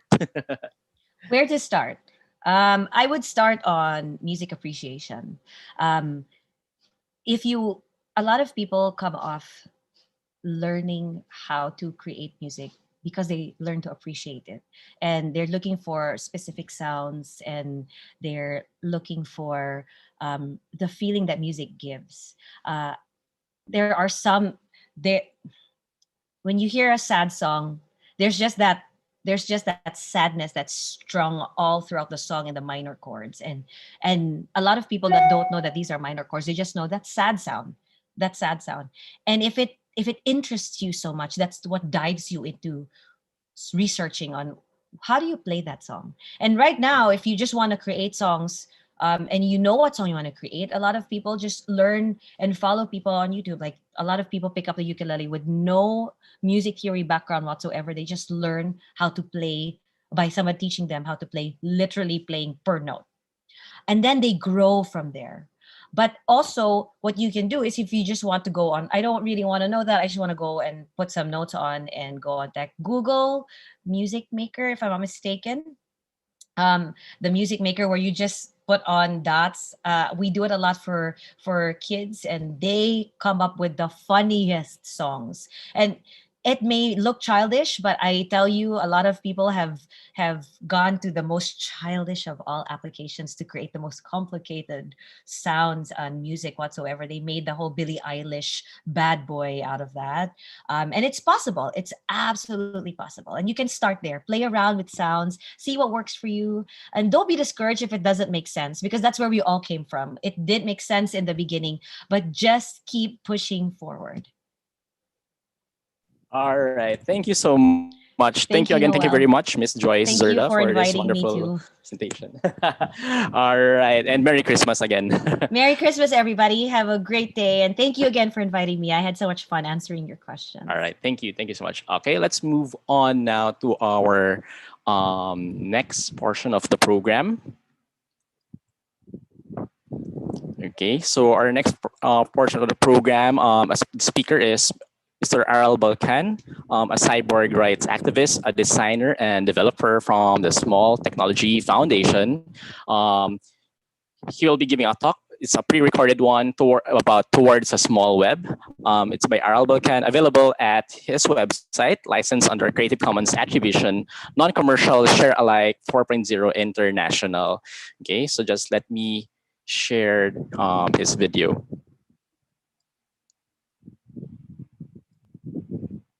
Technology. So hi, I am here to talk to you about the small web. The small web, of course, doesn't exist.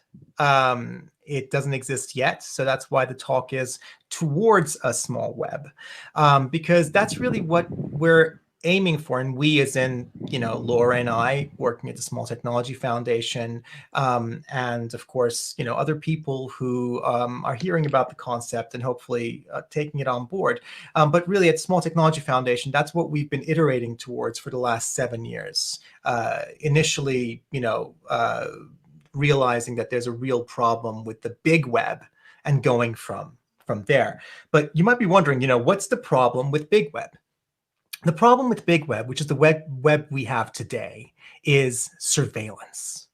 Big web is built on surveillance. So take Facebook, for example. It is their business model. Their business model is based on having two audiences. So they have their users, that's you. You don't pay them anything, right? And then they have their customers. Now, these customers are usually corporations or large organizations, and they pay them. They pay Facebook. But for what? Well, here's how it works. So Facebook tracks you when you use Facebook, when you're on the web, when you're off the web. It profiles you. It creates these profiles of you that are living, breathing things. And that is very valuable because that's a proxy for you, in a sense. And that is what they use. That's what they monetize with their customers. That's what their customers pay them for. They don't sell you to their customers. It's very important to understand that, because you're too valuable to sell. If I can own you, I'm not going to sell you. I'm going to rent access to you for the rest of your life, right? I'm going to let people extract value from you. I'm going to extract, this is a very extractive process. I'm going to extract value from you for the rest of your life if I can. That's my goal. You're very valuable to me because you are what I farm. I call this process people farming. So when Facebook tells you, hey, we connect you to one another, they're lying. It's a lie. Facebook doesn't connect you to one another. Facebook connects you to Facebook. Facebook connects all of us to Facebook. So what if we removed Facebook from the equation? What if we started connecting directly to each other? What would we get then? What kind of world would we get? What would we get at that point? Well, we would get the small web. A web where there's no Facebook in the middle. A web where there's no spider in the middle. A web where there isn't this entity that thrives on farming you, on extracting value from you, on manipulating your behavior based on insight that it has about your lives. We'd get a kinder web. We'd get a fairer web. We would get a small web. Now, I want to show you in this talk, I want to show you a very early proof of concept. Now, I can't stress this enough. This is a very early proof of concept, okay? So proof of concept means it's not fancy interfaces, a fully online workflow. That's where we're heading towards. This just shows it working. What is the it? To compete with Facebook, you go to facebook.com for the first time, and within 30 seconds or so, you have an account that you've rented from them and they start farming you, right? If we want alternatives, if we want you to be able to own your own Facebook at some point that can connect to everyone else's Facebook, and we don't need Mark Zuckerberg anymore. We don't need him anyway, but we don't need him because he's not there in the middle. If we're going to build that, then what we need to do is we need to compete with that 30-second signup. So how can we make it so that getting your own Facebook is as fast and as simple as getting a Facebook account, getting your own Facebook that you own and control on your own server? So this is a problem that I've been working towards for the last 2 years with a project called Site.js. And I would show Site.js, and I think I spoke at HOWEST even, and I showed Site.js and how easy it is to build a site, etc. But when it comes to the point of, well, how do I deploy it? How do I then, put it on the web? Oh, you get a virtual private server. Oh, you get a domain name, you point it to it, and then and wow, you just lost it. You just lost all the developers. Right now, with the small web, we're targeting, our target audience are developers. We're trying to build tools for developers so developers can build the new ethical everyday things on the small web for everyday people who use technology as an everyday thing. Now, it might sound verbose. Everyday things, people who use everyday things, who use technology as an everyday thing. It's very important that we understand that these are not dumb people. These are brain surgeons that have brain surgery in the morning. So they can't fiddle with your technology that doesn't work. They don't have time for that. They have brain surgery. They're very smart people, right? They just don't have time for your bullshit if your tech doesn't work. And we have to understand this in the free and open source world, especially because sometimes we don't. We're very arrogant. We're like, if they care about their privacy, if they care about all of these things, John, well, they should just take the time to learn. Well, guess what? Your uncle's going to die because they're not getting brain surgery because your piece of shit open source software doesn't work and the brain surgeon's been fixing that instead. So let's not do that, okay? It's very arrogant. So I'm going to show you a very, very early proof of concept. 30 seconds to set up your own website. Can it be done? Yes, it can. So I'm going to move over to my screen over here. And we want to create a website, and we want to do it in 30 seconds. Can we do it? Let's try. Let's say create site, and I'll call it HOWEST. And what this is going to do is it's going to create a site called howest.small-web.org. And let's see how fast it does it, okay? So creating the server up and running, domain name created, continuing in the browser. It's popped up the browser. It's saying creating howest.smallweb.org. And now we're going to wait for some seconds for this to happen. So normally this takes about 30 seconds to work. So let's see, it should pick up. There we go. And it's now checking, is it online right now? This is a site that didn't exist, remember. If you go there right now before it exists, you won't be able to see it. So it's creating it right now. This might take a little longer, a little less longer. It does also depend on the back end, and this is something that I'm working on reducing the amount of time that it takes even further, as much as possible. So right now it's going through and trying to create this site, howest.small-web.org. And like I said, before this is complete, if you go there, you'll see that it doesn't exist. So this is taking a bit longer than it usually does. Sometimes, it can even be up in half the amount of time. It depends on certain things right now, like the speed of the internet, etc., where it's trying to create it. So my goodness, never do a live demo. This is the longest I've seen it take. So let's see what's going on. Come on. You can do it. Oh, come on. All right, it's still doing it. At this point, I'm wondering if there's actually something wrong. So I'm just going to look at smallweb.org. Don't know what's happening there. Oh, I know. I think I do know what's happening. Okay, there's quite possibly here. Let's do this. Let's do this. Let's say West Friday. All right, let's just create a site called West Friday. Because what I think might have happened is I was testing earlier, and there might have been something about the fact that I'd created that site earlier when I was testing it, and then deleted it, and there might be an issue there. Like I said, it's a very early prototype, not even a prototype. This is a proof of concept. So now it's in the browser. That looks more like it. And now it's creating West-Friday, which is a site that I know never existed in the past. And I'll file a bug report for deleting sites and then recreating them, which is not a very common thing. But now this is being created. So let's see. Ready, taking you there. And now howest-friday.smallweb.org. So if you look at the URL, howest-friday.smallweb.org is live. If you go there in your own browsers, you will be able to see this howest-friday.smallweb.org. So that is ready. It's created, but it's got this. It's got this blank page, blank site. So how can we update this? So what I want to do is I want to change this, for example, right? So here's what I do.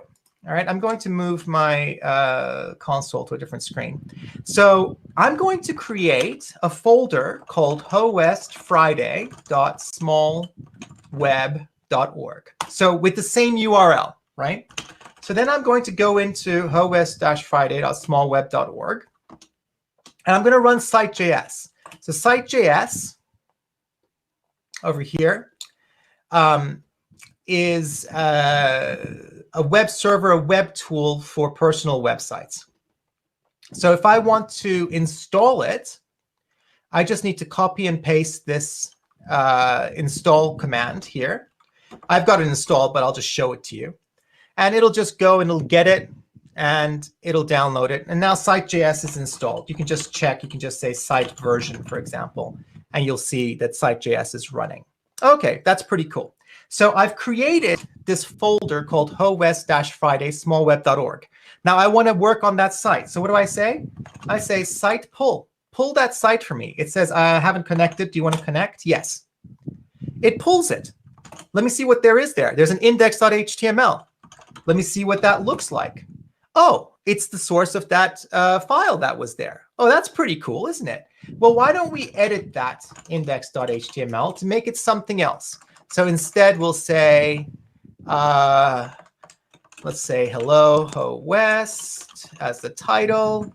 And here we'll just make it, we'll just say hello, West, because I'm very creative like that.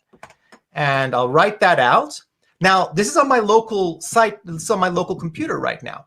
So if I go to sitejs.org, if I go to howest-friday.smallweb.org and I refresh, it's still the old thing.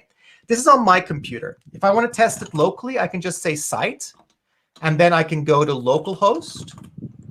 And I've got it locally. I can test locally. That's cool. I'm just testing it locally. All right.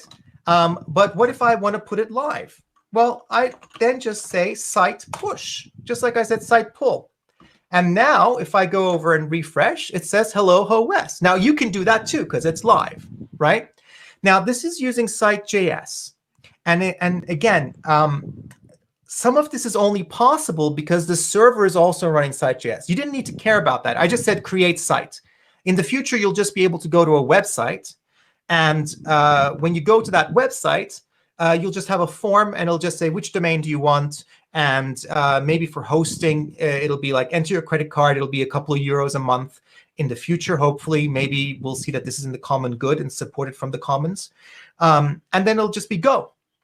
And just like that initial process, about 30 seconds that you saw, it will set up your own site for you. Now, initially for developers, but if you're a developer, if you've done this before, you know that this is not how it works today, right? You set up a server, you set it up so that it's got TLS security certificates. You set it up, that takes a while. You need to get your domain name, you need to point it, etc. This is on howest-friday.smallweb.org, right? We've registered smallweb.org on the public suffix list. This is a list which basically says, look, just like .com, smallweb.org is now just like a .com. And when you register a domain there, that is your domain that you're registering. And it means, for example, if I have a domain there, you have a domain there, we can't like share cookies or anything, because as far as browsers are concerned, that public suffix list is in all the browsers. So as far as the browsers are concerned, that's a top-level domain. That acts just like a top-level domain in terms of security as well. So we basically created our own top-level domain without paying hundreds of thousands to ICANN, right? small-web.org. And hopefully, as a small web takes up, there'll be other places that become these top-level domains by adding themselves to the public suffix list and start registering sites there. And it's your domain. You can take it with you anywhere you want as well. And that's functionality that we're going to build into it, or just point a regular commercial domain to it as well. But this is not how it works today, right? It takes hours. It takes a lot of time. You have to buy a domain name separately. You have to do this, do that. No, 30 seconds. Is it possible? It's possible. You just saw it. So what else can we do with site.js, though? So I'm going to take you to sitejs.org. And if you look there, and you can read through this, on your own time, you can create static sites, of course, which is what originally we just did. You can create static sites with Hugo. We're not going to look into that. If you know what Hugo is, that's great. It's integrated into it. That's great. But we can also create dynamic sites using something called .js. So .js is just like PHP if you've used it, but it's for Node.js. It's for JavaScript, but it's like PHP, as simple as PHP without all the yucky stuff because it's not PHP. Sorry if anyone does PHP today, but it is 2020. What are you doing? So anyway, so we can create dynamic sites, right? So let's take a look at what that looks like. In fact, let's just do it. Let's create a counter. So there's a project on the site. You can look through it, but we can do it ourselves. So here I am again, and I've got my index.html. And if I show that to you, okay, that's just the index that we just updated. It's static. How do we create something dynamic? Well, in site.js, you start by creating a folder called .dynamic. Now that is a hidden folder. And it signals to site.js, okay, don't serve this as a static site, as part of the static site. So in that dynamic folder, you can create routes. So I'm going to create another directory, and I'll call that maybe count. OK, and inside of that count, I'll just make an index.js this time. Okay, it's not an index.html, it's an index.js. All right. So let's just start a code editor here. And here you can see I've got my dynamic folder, I've got my count folder, and inside I have an index.js. I could have also just said .dynamic and created a file called count.js. It would have been the same thing. So let's create a counter. When you hit -count on our site, we want a counter to update. How hard is this? How easy is this? It's very, very easy. I'll create a variable for the count, and I'll just set it to 0. And then I'm going to create my root. And roots are very, very easy here. It's just right now I've created a closure with a request and a response. And in there, what I'm going to do is I'm going to increment my count. And then I'm just going to send a heading with that count back to the client. So I'm going to say response HTML. That will send HTML. And I'm just going to say H1. And I'll just put the count there. Very, very simple. It's not going to win any awards. But that will send the count back. And we're done.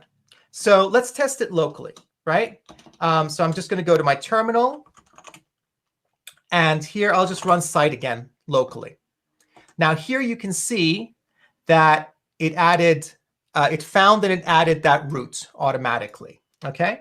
So I'm going to go into my web browser and just go to localhost. And that's the static site, of course. I'm going to go to localhost/count. And that's 1, 2, 3, 4, 5, 6, 7, 8. But of course, you know, I'm the only one who can increment the counter. And that's no fun, right? So if you want to increment the counter too, then we're going to have to put this live again. How do we do that? Very, very simple, right? Site push. OK, so I pushed it. Now, if all of you go to, what was it? What did we say? howestfriday.smallweb.org and then count.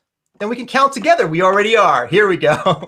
The counter is increasing. So every time I refresh now, it's jumping because you guys are refreshing the counter. Awesome. And we also know that you can refresh stuff really well, which is just excellent. OK, so that's dynamic sites. So that's simple too, right? That is much. What didn't we do? We didn't write a whole bunch of plumbing. We didn't write a whole bunch of routing. It's important that we simplify every aspect of development if we want people who are developers to be able to make things, as opposed to corporations making things, or as opposed to corporations being the only ones who can make things because it's too difficult otherwise. And if you think about it, all of our tools today come from these corporations. They're open source sometimes, etc. But they are built for the needs of these corporations. They're built as, you know, they're open source as public relations. They're open sourced for human resources purposes so that, you know, people know their tools, they can come and work for them.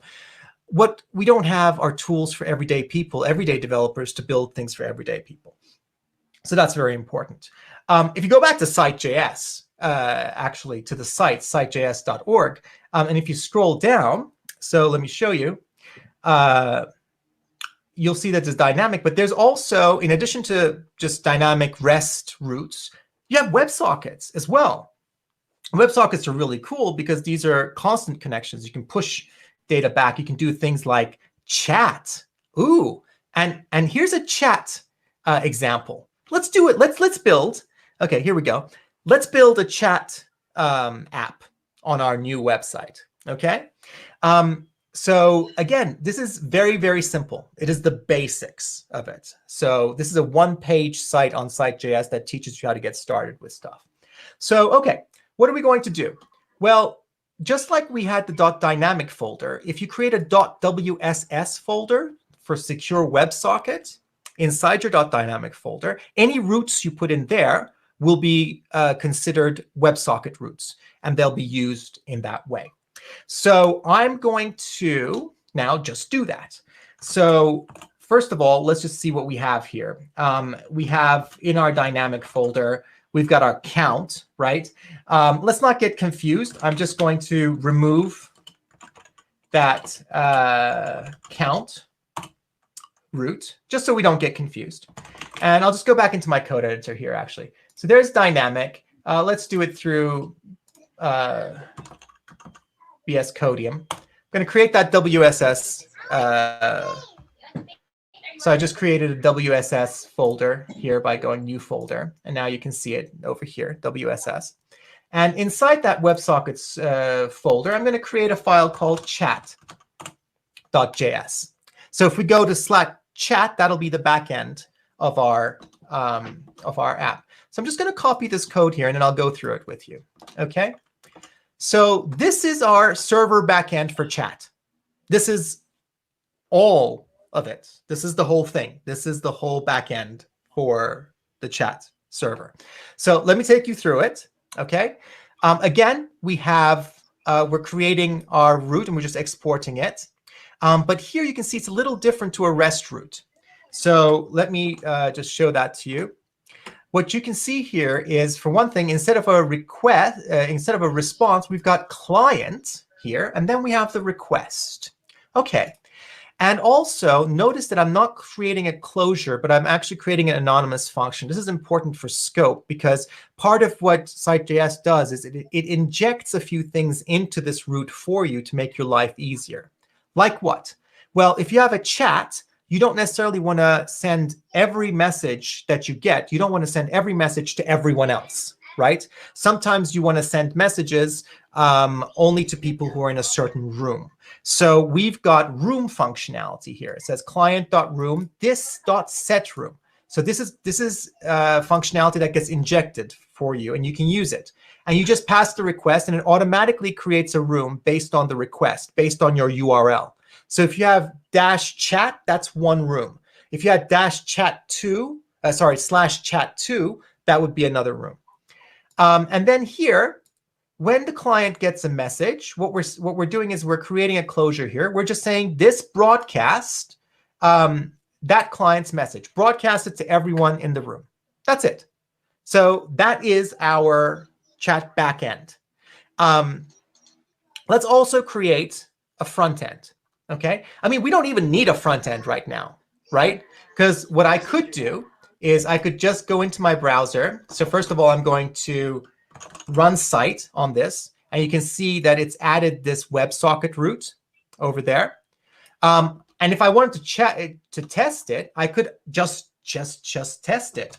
I could open up my console in a browser, and I could say socket connections, new WebSocket, and I'll just go to HTTPS localhost chat.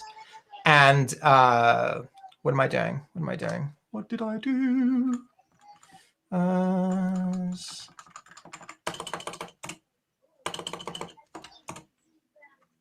Illegal string was... What is illegal about this?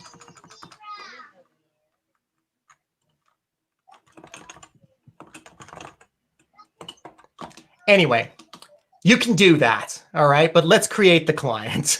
That, for some reason, that just did not work for me there. OK, so let's create the client. And to create the client, we're just going to... Oh, of course, it's not HTTPS or all. It's WSS. If I had a penny for every time I've made that mistake. OK, let's just do it. Let's do it. That is a stupid error message, by the way. So, of course, we're not HTTPS anymore. We are WSS. And when we do that, it says, OK, what is this content security policy? OK, let's just go to localhost first. Things used to be easier on the web. And let's create that WebSocket connection finally. Yay! Wonderful.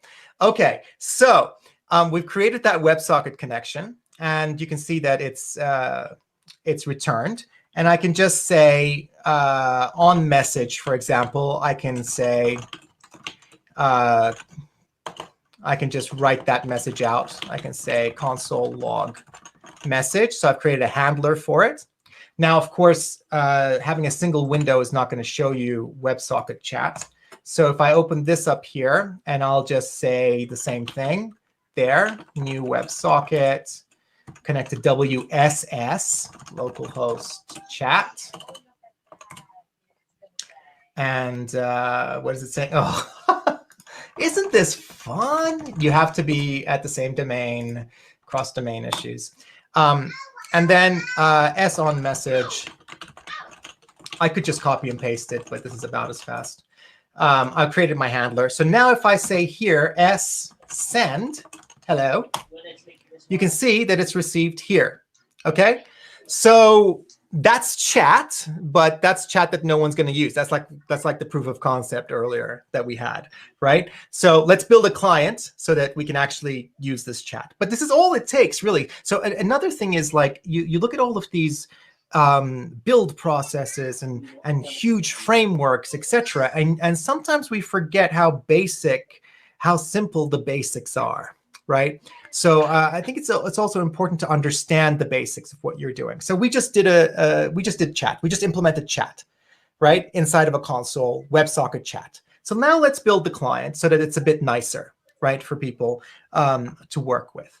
So OK, I'm going to go back into actually I'll go into site.js. So let's close this window. I'm going to go into site.js, and I'm just going to copy this client-side code, and then I'll take you through it again. OK. It's, again, very, very simple. Very little code, really, to do this. So I will, let's make our font size a little smaller. Now, let's just change our index.html to be the client. Oops, that didn't copy the right thing. Let's make sure the right thing is copied. That copied? Let's see if it's copied. That should be fine. OK, here we go. So it's 30 lines. And let me take you through it again. So just HTML stuff. And then we have a form called the message form. And there's an input, name message, and you just send. So we don't even have a name field or anything, just the message. Very, very simple. And we send it, and everyone at that URL/chat gets it. And then we have a messages list. We did an ID called message list, and that's where the messages will show. That's it. And then we have our code. We're making a WebSocket connection, just like we did inside of the browser's console. But as you saw there, I said localhost. Here I'm saying window.location.hostname. So it will work at localhost. It will also work when you deploy it. It'll work anywhere, because it will basically be the host of the place that you're accessing the web page from. And then we have our message handler over here. And all it does is it gets a reference to the message list using a query selector, and then adds to its HTML a list item with the text of the message. And we just call that in our message handler, in our on-message handler, and we parse the message data that we get. And then finally, we just listen for the submit event on the form, on the message form. Remember, the form had a name. Where are we? There we go. And it was called message form. So we just listen for the submit event there, and we stringify the message into JSON, send the message, and we just prevent default so that it doesn't submit the form. That's it. So let's give this a shot. So I'm going to save this. Let's try it locally first. I'm going to try it locally first. Oh, our server is already running. So if I go to localhost, I now get my chat interface, right? I didn't even have to restart the server or anything. It was already running, and it's hot reloading as it goes. So I'll just say hello. Yo, hello, yo. You see, we're not even clearing the field. Hello, yo, ha, whatever that means. But let me create a new window and go to localhost. And I can say, I'm here. And you see it's working. That's great. OK. But you can see that this second window didn't get the first messages. And we'll talk about that in a second. So it's ephemeral. If I refresh these windows, then I'm going to start again, right? The messaging works, but there's no persistence because we didn't build any persistence into it whatsoever. Now, however, again, if I want to publish this, all I do is I say site push, right? Now, if you go to, let's try this. Now, if you go to howestfriday.smallweb.org and you say, hello, maybe I'll just put my name here. Hello, stranger. There we go. So we're see what we're doing is we're adding semantics using the chat messages themselves because we don't even have any notion of identity. So that's actually quite an interesting area. Way back in the day, Twitter was going to add annotations, which was metadata that anyone could expand the semantics of tweets with. And then, of course, they went full evil and they decided not to do it. But there's a lot of potential in things like Mastodon for adding that sort of semantics through the message medium itself. I don't think that's explored enough. What would it mean if we could, in messaging applications, extend the semantics of it using the messages themselves? And that would allow for a decentralized means of expanding the semantics and the protocols around it. So, oh, hello, hey, you talked about Hugo. What about Nicole? Can you make a site with her too? Sure, I guess.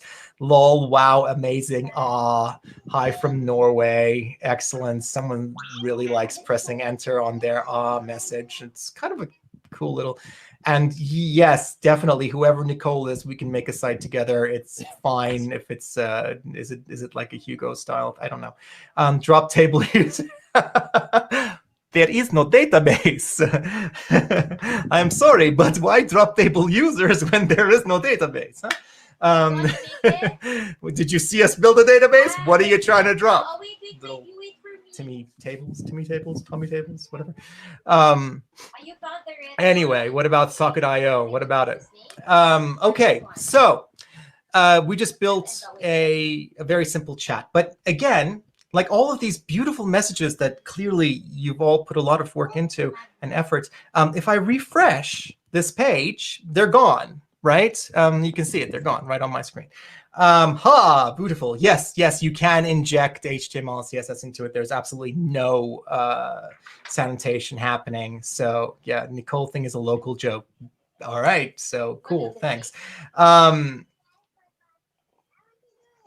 B-movie script dialogue. Okay, wow, somebody put a whole script in there. I mean, it's amazing, the creativity of people on the interwebs. Just, I love your keyboard. I love it too. It's gorgeous, isn't it? It's a real force 10 keyless Topra keyboard, and it's just I don't know if you can hear this, but I'm just gonna move it closer to the microphone. It's just, I live for those little sounds. Anyway. So, but again, your wonderful messages, and if I refresh, I'm probably baby shark to Ruru. Okay, alert, hello stream. You can make that alert work because there's no sanitation, but in fact, am I setting the inner HTML there? Yeah, you should be able to get that to work. So before somebody actually figures out how to do it properly, let me refresh. So again, this is ephemeral. So we're not saving these messages anywhere. However, we could, and it's as easy. So I'm going to go back to site.js, the website, because one of the things I added very recently is I created a database called JSDB, short for JavaScript database. And I've integrated it into site.js. So how would we make it so that our chat is actually persisted, right? Now, again, very, very simple. In fact, I'll just bring my code editor up here, and I'll go back to our chat backend, first of all. Oops, did I bring the code editor into the wrong thing? There we go. So it's right next to the website. So how do we add the database to it? Well, here you see, first of all, we were just setting the room. Before we do that, let's make sure that there is a messages table, that there is a list of messages that exists. So I'm just going to copy and paste that here, okay? And all I'm doing here is I'm saying db.messages, does it exist? If not, make it an array. Where's db come from? It's magic. It gets injected. I'll show you later what db is. It's an instance of JSDB, a JavaScript database. But all you need to do is know is in your roots, WebSocket, regular roots, you can access a database. And you can work with its contents pretty much like you can work with regular JavaScript objects, arrays, objects, etc. And you don't have to worry about the persistence part of it. Because, I mean, to be perfectly honest, right? Who cares about the database? If you're a huge corporate and this and that, and you're doing some very fancy things, okay, whatever. But for our needs, to build individual sites, to build small sites and applications, you know, for 99% of the time, you just want to put data there. You want to make sure it's there when you want it again. And you want to be able to look for it. Say, you know, hey, give me all the names starting with this, or give me all of the ages greater than that, or something. I mean, not even ages, because you're not going to be profiling people, right? So your needs are different. So that's why I built JavaScript database, JSDB, with those set of needs in mind. And if we get rid of some of the bullshit, like this is what I hope you're seeing. If you get rid of all the bullshit that says you need to farm people, you need to do this, this is our quarter-on-quarter profits, that's our goal, that's what we need. If you get rid of all this bullshit that surveillance capitalism has, you can actually simplify the tools as well. You can simplify the things you're making, because you've cut out all this crap that you don't need, that maybe an evil corporation needs, but you don't. So anyway, let's get back to it. So I'm just checking if the database exists, and then when someone first connects, so not on message, this gets called every time there's a new message. But when someone first connects, what I want to do is send all of the messages, all the existing messages, to the people that are there. So I just say client send JSON stringify DB messages, this array of messages, all of them. Just make a JSON string. Let's send it back. Okay. And then in the message handler, we just have to do something differently. All we were doing previously was getting this string, the stringified string, and sending it to everyone. Now we need to parse it back into JavaScript objects so we can actually put it into our database. So there, I'm going to parse and persist the message. Now, take a look at this. I'm just going to paste that over there. So I'm just parsing it, JSON parsing the message, and then I'm just pushing it into my messages. That's it. Because it's now a JavaScript object, and I'm just persisting it. That's it. That's all the changes I need to make on the server. Okay, what about the client? Well, on the client, it's actually even less, because all we need to do is when we have our socket on message here, again, we were just parsing it and displaying the data here. We just need to make sure, are we getting one message or are we getting all of the messages at the beginning, right? So instead, what we're going to do in the socket on message is we're going to deserialize it, deserialize the data. We're going to check if the data is an array. All right, let me get rid of this so you can see the highlighting better on the other side. See if it's an array. If it's an array, then we know it's the first list of messages. And we're just going to show each one of them, show each one of those messages. If it's a single message, we're just going to show that message. That's it. That's all we need to do on the client as well. So let me show it to you locally. I'll close my code window for now. So I'm just going to go to localhost. Oops, I need to run my server. I apparently stopped it. And I'll open up another chat window, and I'll go to localhost. And I'm going to say hello. And I'm going to say woot. And then I'm going to refresh. Oh, look, hello and woot. And if I open up another window and I go to localhost, then you'll see hello and woot and yay as well. There we go. All right, wonderful. So we just added persistence, right? We just added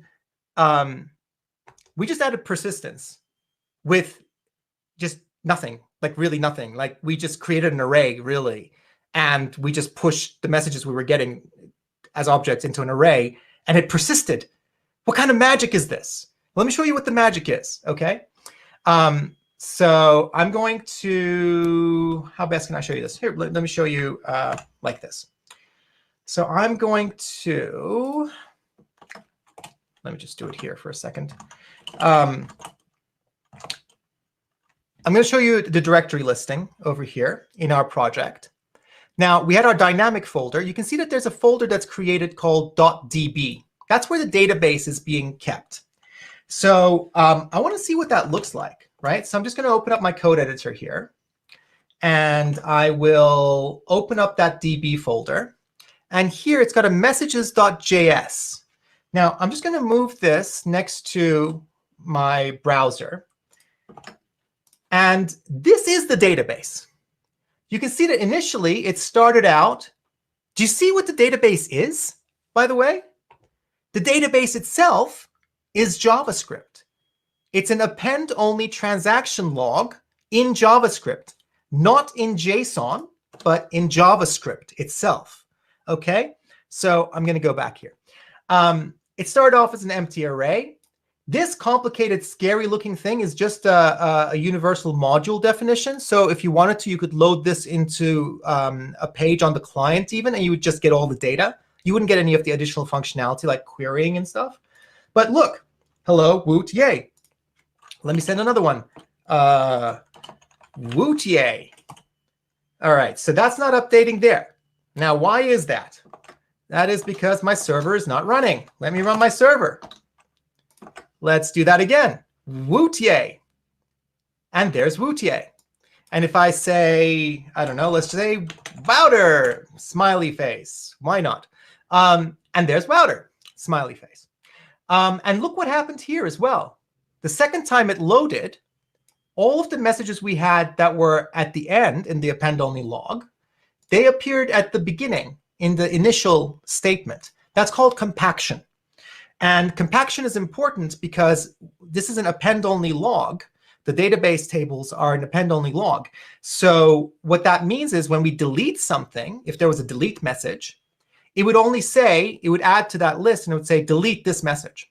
But the message would still remain, right?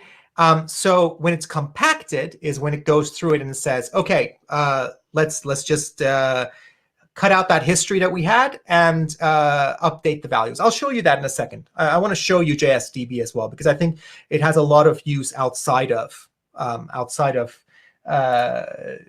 Site.js and outside of what we're doing as well, that as an easy to use JavaScript database, especially if you're working with Node.js. So now again, though, let's play with it together, right? So we know it's working.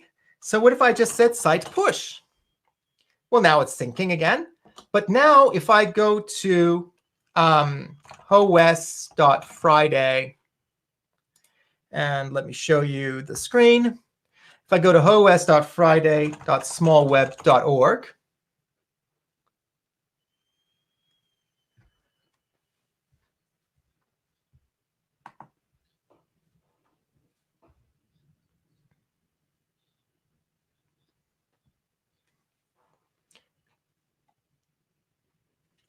okay.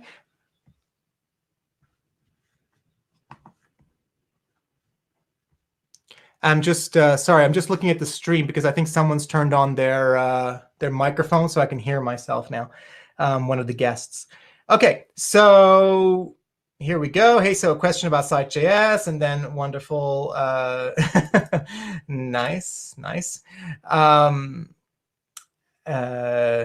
Hello, Valentine. Great. Now, if I refresh. Oh, great. Someone's putting Pornhub on there. So this is why you don't do live demos, right? Congratulations, people. This is why we can't have nice things. Seriously. All right. So here's what I'm going to do.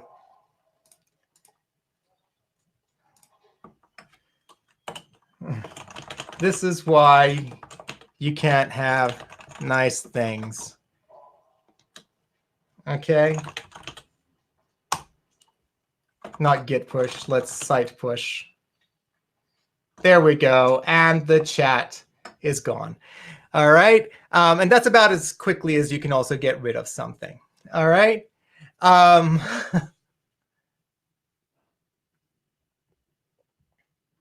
Okay. So if you do want to look at if you want to learn more about JavaScript database, JSDB,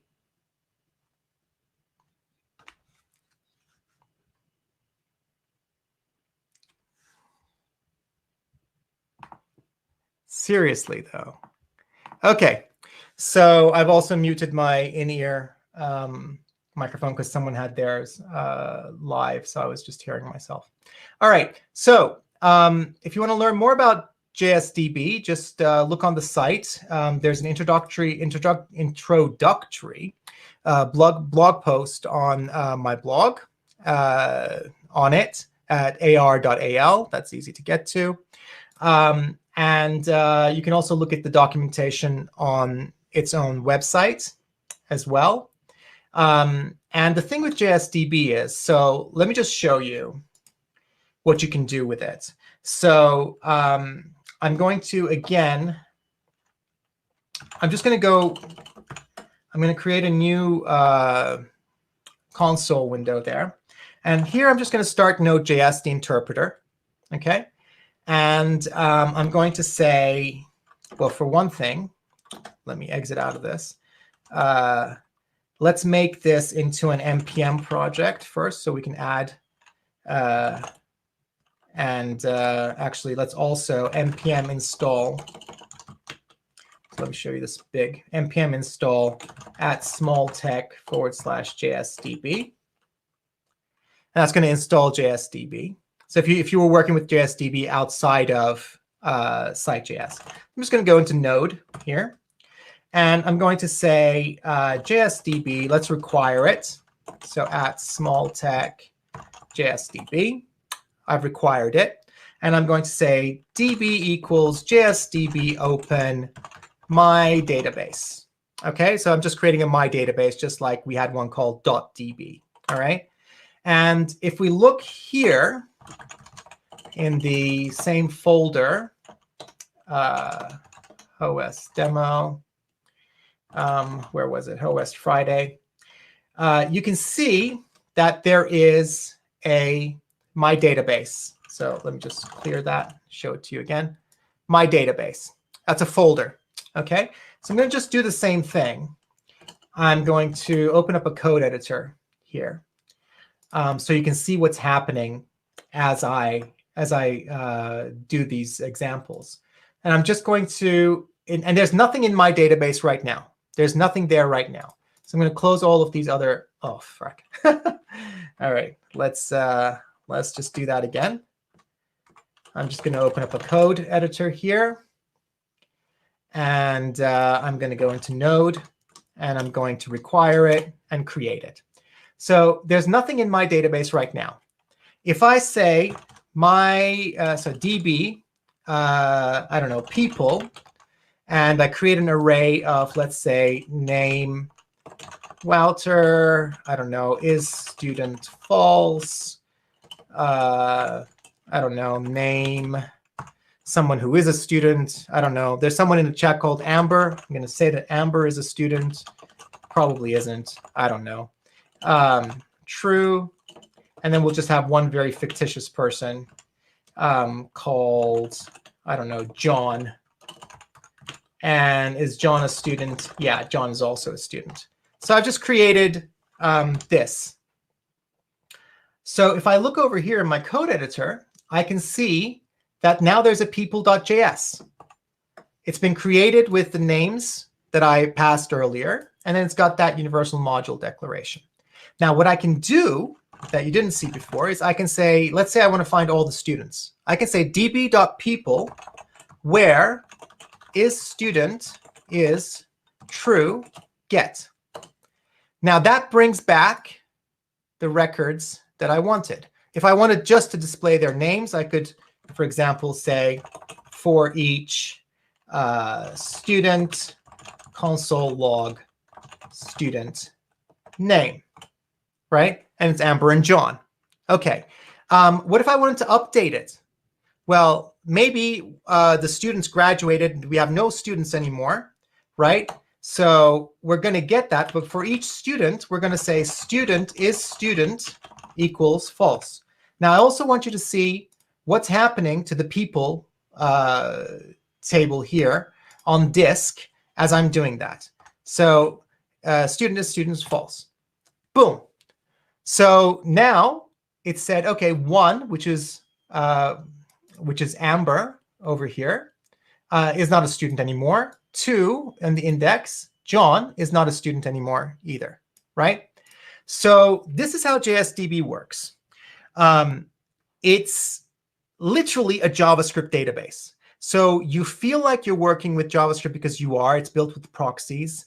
It is an append-only transaction log. So it is writes and reads are at constant time, no matter how large your database is. It is still for the small web, though. It's still for small applications. So can you have a multi-gigabyte database?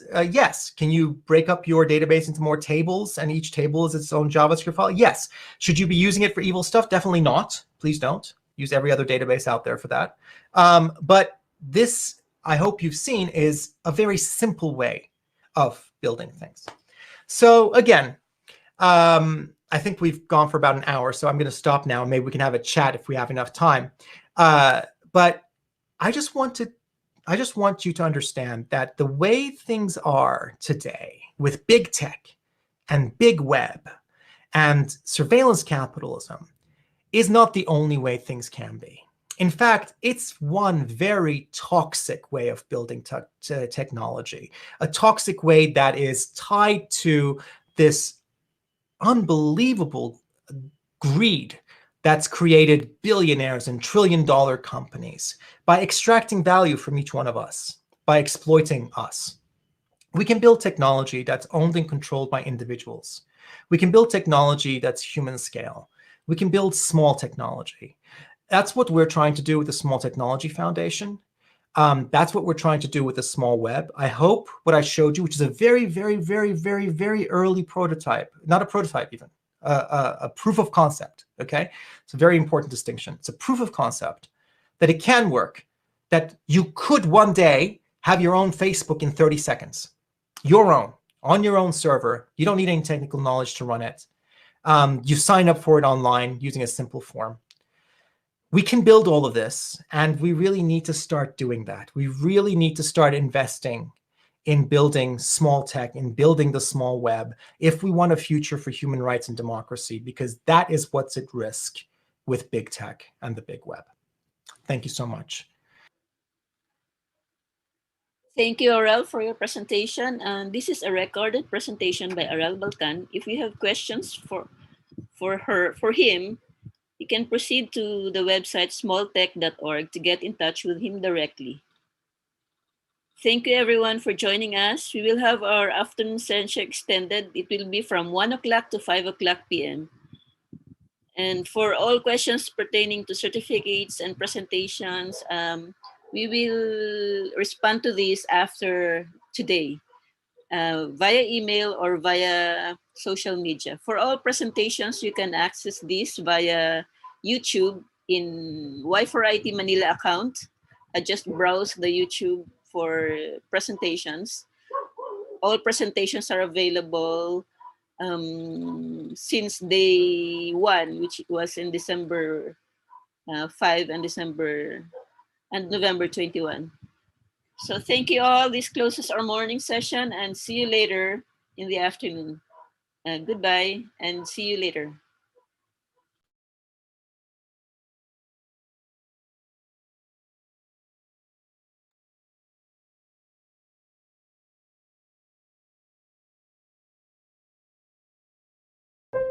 In garages, schoolrooms, small towns and cities, around campfires, in deserts, startups, and universities, people are connected and changing our reality. Rather than top-down control, it's open collaboration. Rather than power for the few, it's spread amongst many. And although nobody's certain how the future will unfold, why not help write it and have a say in how it's told?